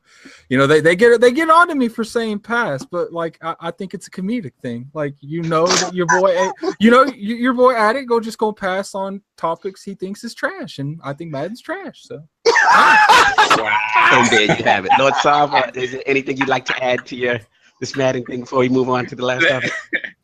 Well, I think for me, I haven't played a football game extensively since like Joe Montana Sports Talk Football on the Genesis. Oh, but I think I just triggered Cal. He said, "Yeah, Lord Cal's in the building." So that's the extent of my football playing. But I will say this: I think Long Shot is a mode that needs to survive and go on to other games. I'm a baseball gamer, and as much as I love the show, I haven't played the show in like 3 years because it just seems samey to me.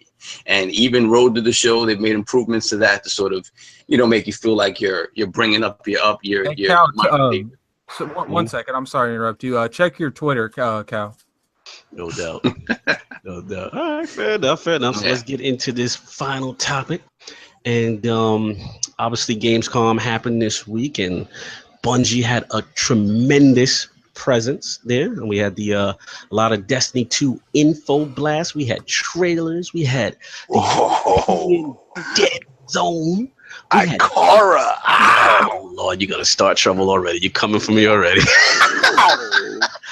We're gonna get into that. We had the trailers for the Vanguard, and yeah, man. So we got a lot of huge information. Obviously, we know Iron Lords podcast. Initially, we're a Destiny podcast. So we got to talk a little Destiny here. It's been a little bit. Last week we didn't get a chance with hip hop, but did the Lords first catch any of this stuff? Let's start off with Lord Rand, our resident Destiny expert / guru. I don't know about that, but there is a question I wanted to ask all the Lords here. Lord Addict, Lord King, Lord Sovereign, Lord Cognito. I wanted to get your input on this because I don't know what to think. Now, okay, you guys are Destiny lovers, correct? That is or was. Actually, I'm very critical of Destiny. I get jumped on all the time over. Well, I'm critical of Xbox, but I love Xbox. You can be critical of it, right? So the thing that stuck out to me was those Destiny 2 trophy list. We're gonna talk about that. I don't know about that. Like 13 trophies, no flawless raider trophy, no trophy for beating the raid on hard. Well, here's going after the casual crowd on this one, or what? Even if they do that, Lord Cognito has went completely south with this whole achievement thing in the past month.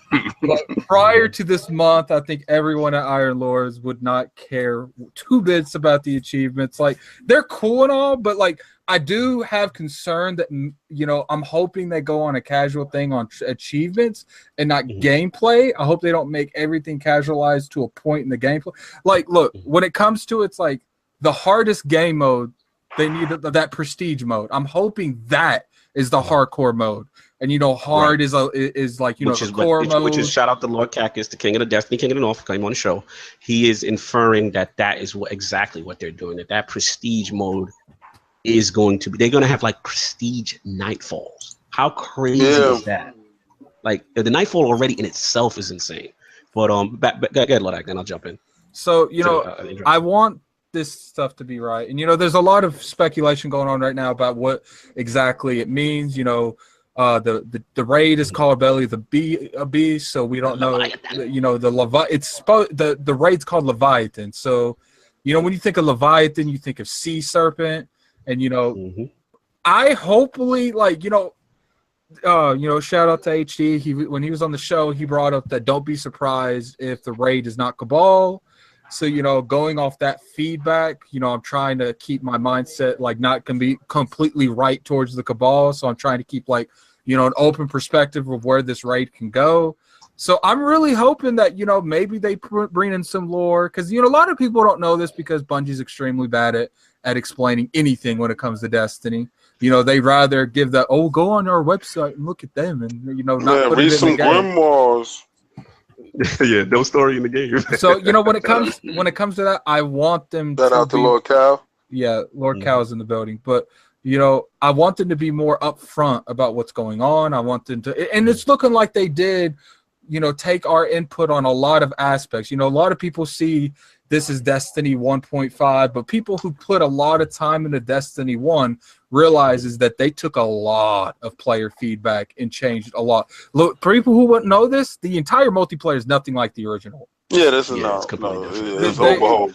Destiny 2 was literally, it was like it was made by the players. Hey, well, it helps me out. I mean, I'm very grateful because now I can get that participation trophy that I've been looking for. Shout out to Lord Calvin. Yeah, I mean, to Lord Rand's question. Someone in chat called me a hater of Destiny. Yes, the hater of Destiny. I know they're going in. It's funny. Bungie is like my all-time favorite developer. They created my favorite franchise. There was no game I was more excited for than the original Destiny ever. Like, I wanted that game to be so good, and the gameplay was top-notch. People are going to hate me when I say this, but I think 343 makes better Halos.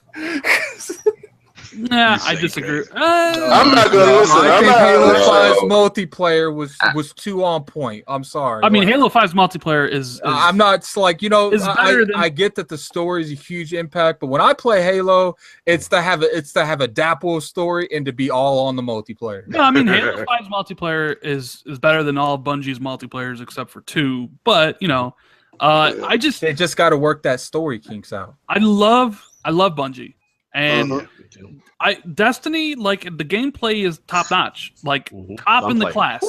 The shooting, the jumping, the abilities, like that 30 seconds. Talk. Anchorman's hating on you right now. Say it again, Laura. Say about that gunplay. Say it one more time with your chest. I'm saying Anchorman's in the chat hating.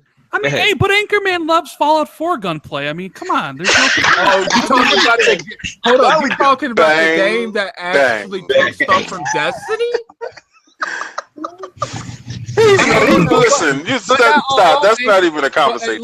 I'm like, look, all Anchorman's doing now is he's salty that the Iron Lords is about to stomp him in Siege. So if you take like gameplay mechanics, first-person shooters, Destiny is right there with Call of Duty, if not better. Like strictly gameplay mechanics. However, with that said, the core around Destiny, like the idea of doing the same strikes a million times to grind out stuff, I just can't get behind. Now, are you picking up Destiny 2 on launch, or are you staying away waiting? Well, my buddy's going to be getting it. I wouldn't spend my own money on it.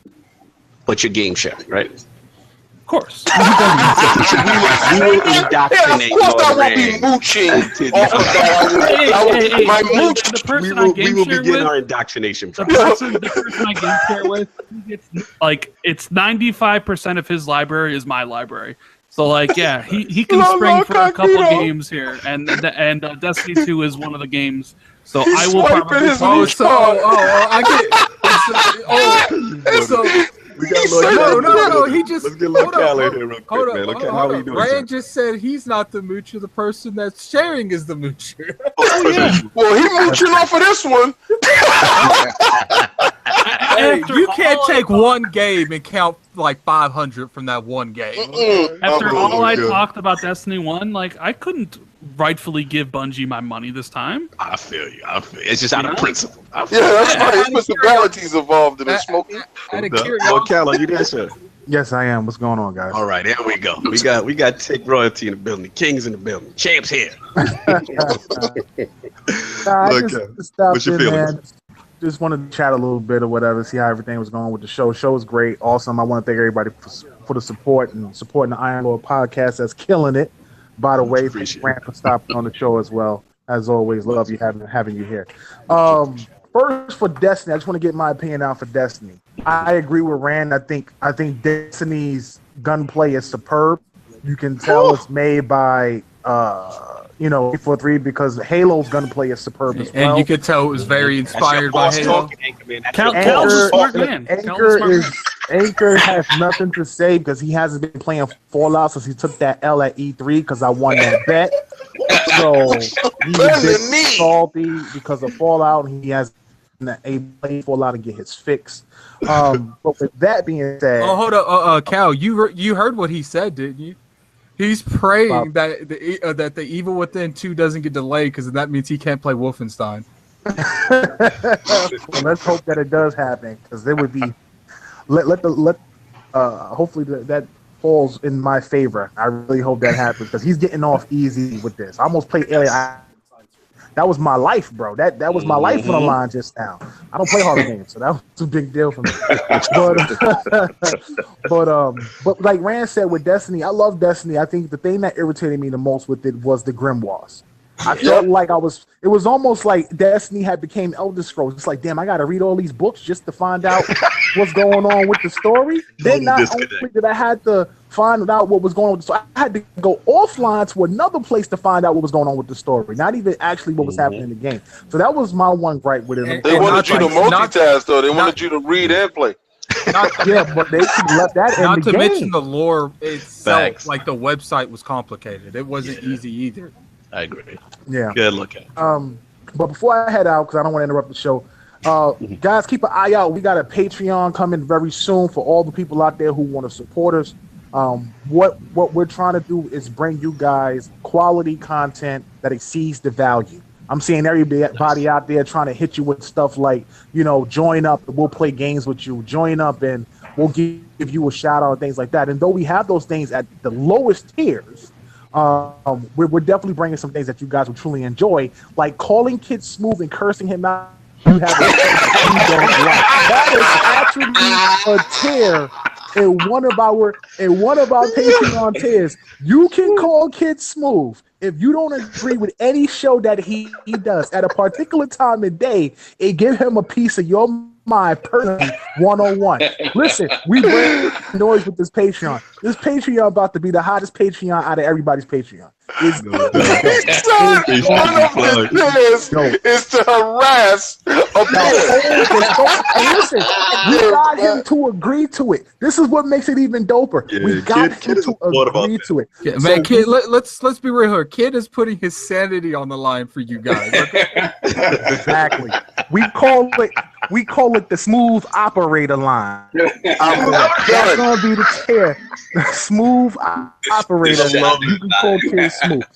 Is there a tier to play against Anchor and Rainbow Six and crush them? Yeah, we have a tier.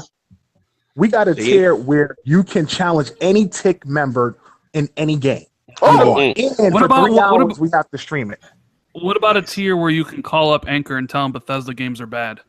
Yeah, no, we don't have that. There is a tier. That's not a bad one. There is a tier where you can get a shout out and have anyone of your choice to do the shout out, and maybe your name says Bethesda sucks. I mean, how do I know that? Right. We have a tier, like we have a small tier, very small tier, under $5, where you can get your name shout out by anybody you want on any show, any way you want it to be shouted out. So we can be like, shout out to the king of so and so and so, yada yada yada. However you want it to be shout out, we got to do it. Look, we got some of the cool stuff. We got private service coming where you can join up. We all gonna be on that player unknown. Listen here, you Patreons. Let me tell you something. Bro. Don't be putting me to do no crazy crap. Listen here. I'm gonna tell you right now. If you get the premium dollar, you gonna pay a lot for the premium dollar. Me telling anybody anything. I'm not gonna be in the low tier. Don't look in the low tier for me. If you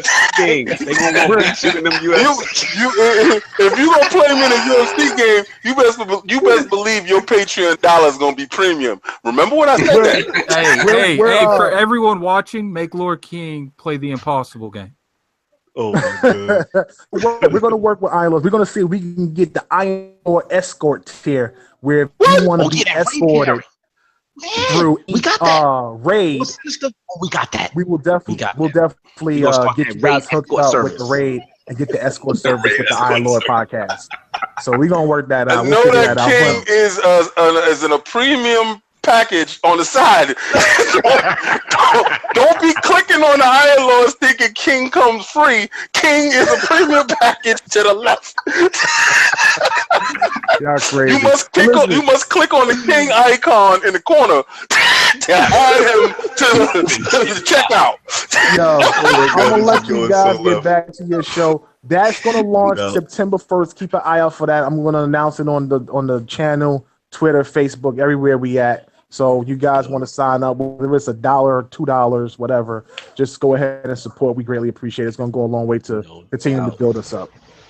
Absolutely. You can always make Kid Smooth play Bloodborne like everyone else has.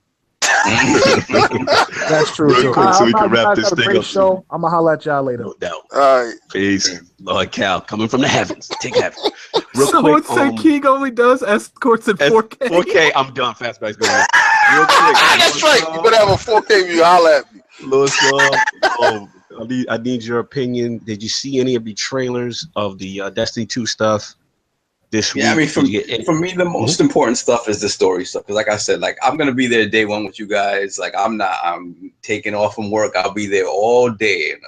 But I know that moving forward, when it comes to the multiplayer stuff, it's gonna be hard for me to keep up with you guys. So the story stuff is most important to me. Like, okay, so we can co-op the story with you. Now, what Lord Soft do his first raid with the Lords? Will he do his first raid experience? Well, if this Patreon thing goes the way it's supposed to go, he gonna be doing it regardless. So Lord Anchorman said the Iron Lords. He said King sold separately. That's right. King sold separately. I'm in a separate package, baby. But facts though, I mean, look, he's in a lower tier package. And also, I want to ask it to Lord Rand. Like, have you? I know Lord Saw's never won it. Lord Rand, have you ever done a raid though? You know it, dude. You know it. Okay, my bad. I didn't want to come for you. No, I mean, I have close to 600 hours on Destiny 1. Oh, okay. Oh, okay, fast. So to your question, out of curiosity, what raids did you do? I'm just curious. I did the first one, which was probably the best one in my opinion. Yes. Both the glass. I didn't do Crota because I didn't come back to Destiny, and I did Crota later, but not when it was first new. I came back to Destiny when Taken King came out, and I actually really enjoyed the Taken King expansion. I thought it was well done, and I thought that raid was. I thought Orcs was a phenomenal. Yeah, I thought I did. I don't know how many times I did the Orcs raid, but after that, I got what was the one after that, the expansion after that was Rise of Iron. Rise of Iron. You didn't miss much. No, I did the story and then never played it again.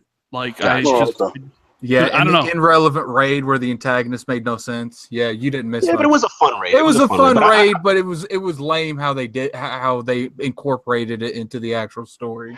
And I remember going for Flawless Raider, and my hands were shit, especially like when it was hard. When it was actually hard, when you couldn't like just go back and do Crota super easily, right? When you had to do Vault of Glass, and that was legit hard. Yeah, the jumps.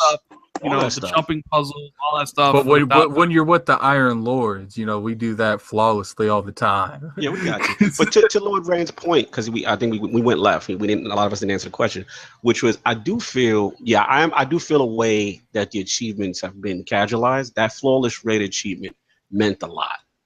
I remember trying, like you said, Lord Rand, trying to get that. Your hands are sweating. You're doing all that stuff. So. One could hope. I mean, I don't know. I mean, pretty much all of them has been released. I know the raid one kind of leaked and that kind of stuff. One would hope that they got the harder difficulties and stuff. That there's some type of reward, but it kind of does suck. There's not even one for the hard raid. It's like you can just do like hard Nightfall. Yeah, that's it. No, you're right. You're absolutely right. I'm very surprised by that, and it definitely seemed like a casualized achievement list. We know the DLC is coming, so September with the Osiris stuff. I mean December with the Osiris stuff, which is what I'm looking forward to. So hopefully they may add some harder stuff there. But on that note, anybody got anything left on Destiny before we wrap this thing up? Well, you was talking about the trailers. Did anybody see the trailers this week? And like Korra, I'm sorry. Korra's trailer. Let's just say how it's said because I took a lot of dirt for this. I took a lot of people was going in on me, and Korra was the best trailer. 2 seconds, Lord King. I want to see #useless in the comment section. Well, I mean, you can say #useless all you want. She saved everybody. They tell you she's fearless. Let me tell you why I don't feel her. First of all, she boring. Second of all, what made me mad about it? It was that why she still got to have Cade in her trailer to try to shine. Like, I want to know more about you. You know what I'm saying? That kind of thing. I'm just, right now, she's got to show me more. The best thing she's done. She deadpan, man.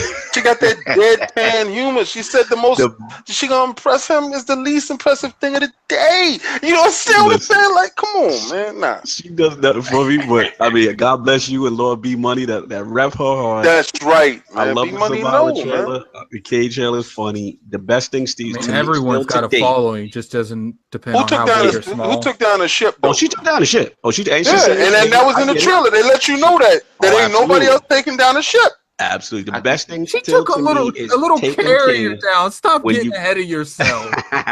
Taken King when you got the Stormcaller ability. In that sequence when she's talking to you about harnessing that electricity and that energy, that to me connected me with the character. I felt like, okay, this is what I'm talking about. Yo, Lord Attic, you stupid team useless in the chat. You're ridiculous. For me, I said, going back to that story stuff, for me, the most interesting thing that I saw was that other character, the Hawthorne. like the sniper, because it just felt like to me like it. She's not really feeling the Guardians. Yeah. She's like, you're without the light now, and you guys are whining and crying, and we've been without the light forever. Like I'm not feeling you right now. So to me, again, that's cool story stuff. I can't rock with her because she rock a poncho though. Oh yeah, I can't listen to you. First of all, which class do you run, Lord Rand? We got to get that out the way first. Let's see what type of man you are. What class do I run? I mean, the one and only Titan, my man. Yes! I'm a Titan. I knew there was more common than just people say me and Rand sound alike. So you're a Titan. So I'm assuming now, did you see the different Vanguard trailers for Zavala, Cade, and Icor? Did you get a chance to get? No, I mean, I played the beta, which I enjoyed the story segments of that game. So that's it. I kind of went on a media blackout for it. After Gotcha. That. Okay, fair enough. So you didn't see the newest trailers where they try to give you like a little backstory of each Vanguard member? I have not. No. All right. When you get a chance, we'll do this later offline. Watch all three, and I need you to tweet me and Lord King and rank in your personal opinion which trailer. He's already biased. He's the Titan. Sorry. ILP bend the knee on who's Vanguard. I'm not betting that right there. You can stop that right there.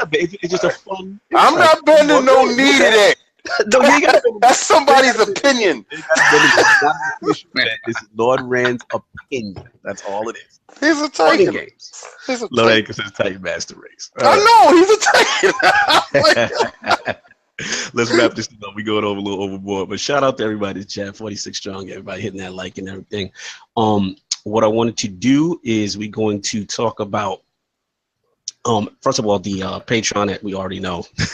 Shout out to Lord Cal, bringing that up. There's a lot of stuff going on with that. You know what I mean? So make sure you guys support that and all that good stuff. So yeah, we're gonna do these outros right quick. And can I ask one question? I want to get your reaction. What do you think about this rumor about Bethesda making a Game of Thrones RPG? I would love that. I would love that. Because it's up on Target's website. That's how people found it. Tonight's the finale for Game of Thrones. Is there a chance maybe they announced this Bethesda RPG set in the Game of Thrones universe? You mean Skyrim Game of Thrones edition? I mean, whatever. I'll take it. yo, his going for my man is crazy. Crazy, I know. Listen, I mean, I don't know. Yeah. I don't know. This is a good one. I mean, they're saying it's like a Target incorrect listing. There may be some truth to it. I'm surprised. See, when Lord Anchor doesn't know, I get concerned. Well, my man Paul Tassi, he put the article up from Forbes, and I did see it. So he's running behind it. We'll see. I mean, I think if it is true, wow, what a game that could be. I'll buy it. Yeah. Yeah, I just hope I don't want it to do any existing storylines or characters. Just kind of inhabit the world and give me something new within that universe. Well, I would like to know what goes on with Jon Snow when he's dead in the light. I want to know what happens there. The perfect game would Tune be in tonight. if it was set during Robert's Rebellion, right before. That would be. You'd have all the same characters but in different spots, and it's a prequel to the the story. Oh, that'd be so cool. Yeah, the potential could be phenomenal. Well, they got a lot of storylines that they can rock with. So I mean, the many-faced God. Let's get some of that in there. I'm about all of that. Let's go. Give me an assassin game. Give me. Yes, you get a chance to throw on many faces. No. Let's wrap this thing up. So, Lord Rand, first of all, shout out to Lord Rand for coming through, man. We really appreciate you. You know what I'm saying? And we had a great time. We love what you do. Where can the fine people find you these days? Yeah, I mean, if people want to check out the daily videos that I do drop, you can check that out on YouTube, which is youtube.com/Rand al Thor 19. All the relevant social media links will be right there. Twitter and all that fun stuff is basically on that site. No doubt. Yeah. But I had a great time with you guys. It was a lot of fun, man. Like, much Iron Lords are legit. We got the official Red cosign. I'm feeling good. Yeah, man. No doubt. We got your link in the description. Please check out his channel. Check out his content. Great daily videos from a balanced perspective. There's no trader and no community here. He's a gamer, y'all.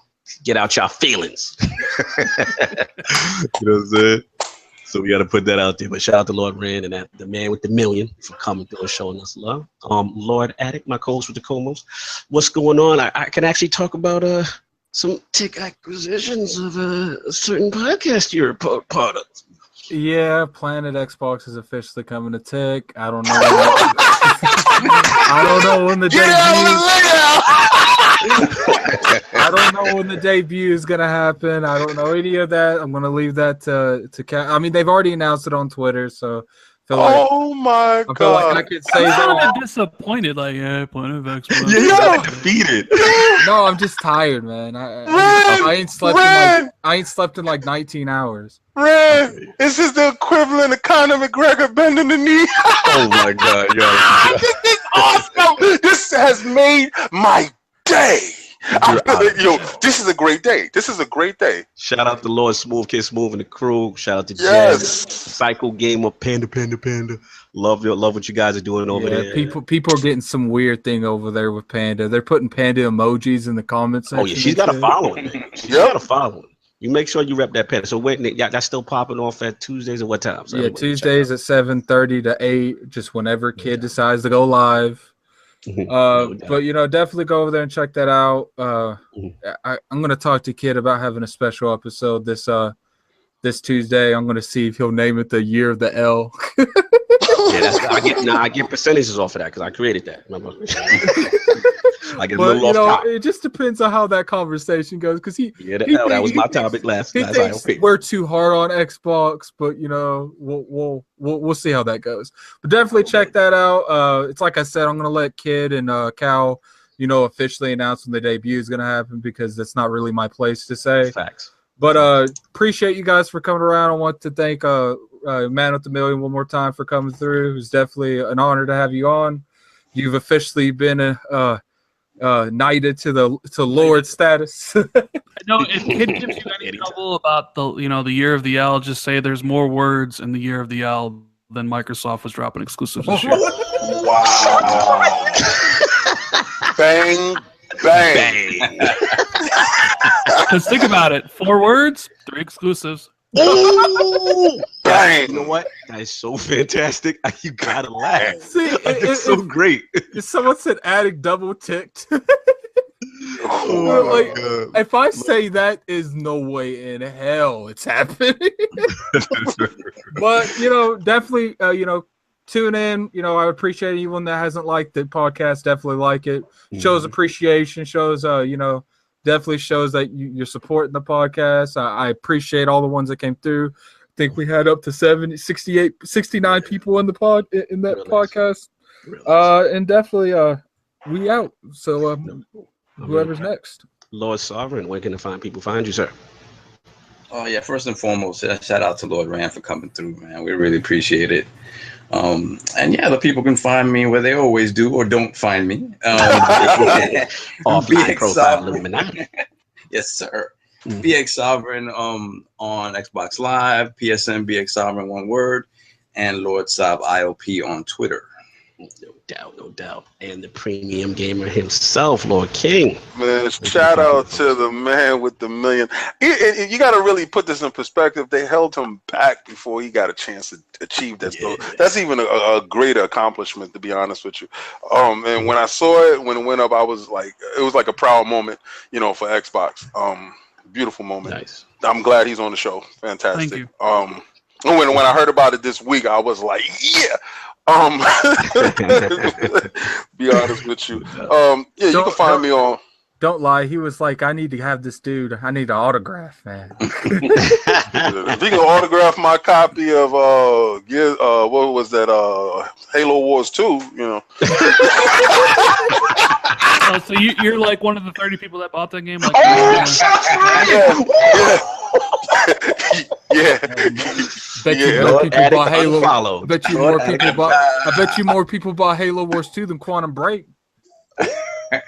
Keep it nice, Lords. Keep it I know, right? Yeah, I think that's objectively wrong, but you can catch you can catch Lord King at King David OTW. Catch him at Best Buy, Amazon, any of these. You can catch Lord Attic at Redbox. Damn straight, man. I'll be at Redbox all the time. No, I actually technically. Yo, listen, no, but on a serious note, I need all you PlayStation dudes to add me Xbox 360 Lover 01. I really don't have any friends there, and I need all the friends I can get why. I wonder why. Because they think I'm trolling them, but I'm not trolling them. I'm dead serious. Lord Cognito. I can't change my name. So please, just add me. Hey, Lord Megatron, you might want to go to the beginning of the podcast. Just say. Yeah. Now that I'm up for my outros, Lord Megatron, we have a problem. Wait, time out. I gotta give a shout out because I said I was gonna give a shout out to Lord Paul, for my Madden experience, my football experience. He facilitated my greatest experiences in football. So this football season is about to kick off. You know, I don't count preseason, and every football season that kicks off, I think of Lord Paul because he actually hooked me up with my greatest football experience. It's so good. No doubt, Lord Cognito here in the outros. You know where to find me, but I just want to address. You got my man Lord Megatron in the chat. I was looking for him earlier. It's August Achievement Month, and let's just say I see what you're trying to do, bro. I got my eyes on you, Megatron. There's 4 days remaining. I need this. So me and you gonna talk. You're supposed to be a friend of the podcast. He's telling you to put your controller down. Lay down and stay down. I'll be forced to take action. I want you to bend the knee. That's right. Exactly, man. You know what I'm trying to do. But, he knows exactly what's going on. Oh, Lord Brap in the chat. Oh, man. Everybody's coming through last minute. Shout out to Lord Brap, man. I know you're on vacation. You still That's came my through. dude. That's He saw that premium experience. He saw that premium. He said, shout out to the Iron Lords and Rand. He's on vacation, but he still came through to show love. Shout out to Brap. Make sure you support him and everything he does, man. But I do want to bring up something for we end. I saw someone donated and said something about Path of Exile. Said people should try it. Appreciate the donations. Always definitely will help the Inner Circle Network. Shout out to that dude. I it was so far ago I can't find out who it was. So whoever it was, I apologize. I didn't get to it sooner, but thanks for the donation. No doubt. And like I said, with ILP here, like I said, spreading that gaming realness, not telling you what you want to hear, but what you need to hear. Again, shout out to Lord Rand for coming through, everybody. Great show. The chat was lit as always. Make sure you hit that like, subscribe. ILP on all the media outlets, Inner Circle, YouTube, iTunes, SoundCloud. And remember, all you Xbox guys, there's a SoundCloud app. You can download them in the background, y'all. There's no excuses. But on that note, we're going to end this thing, and we're out of here. Peace.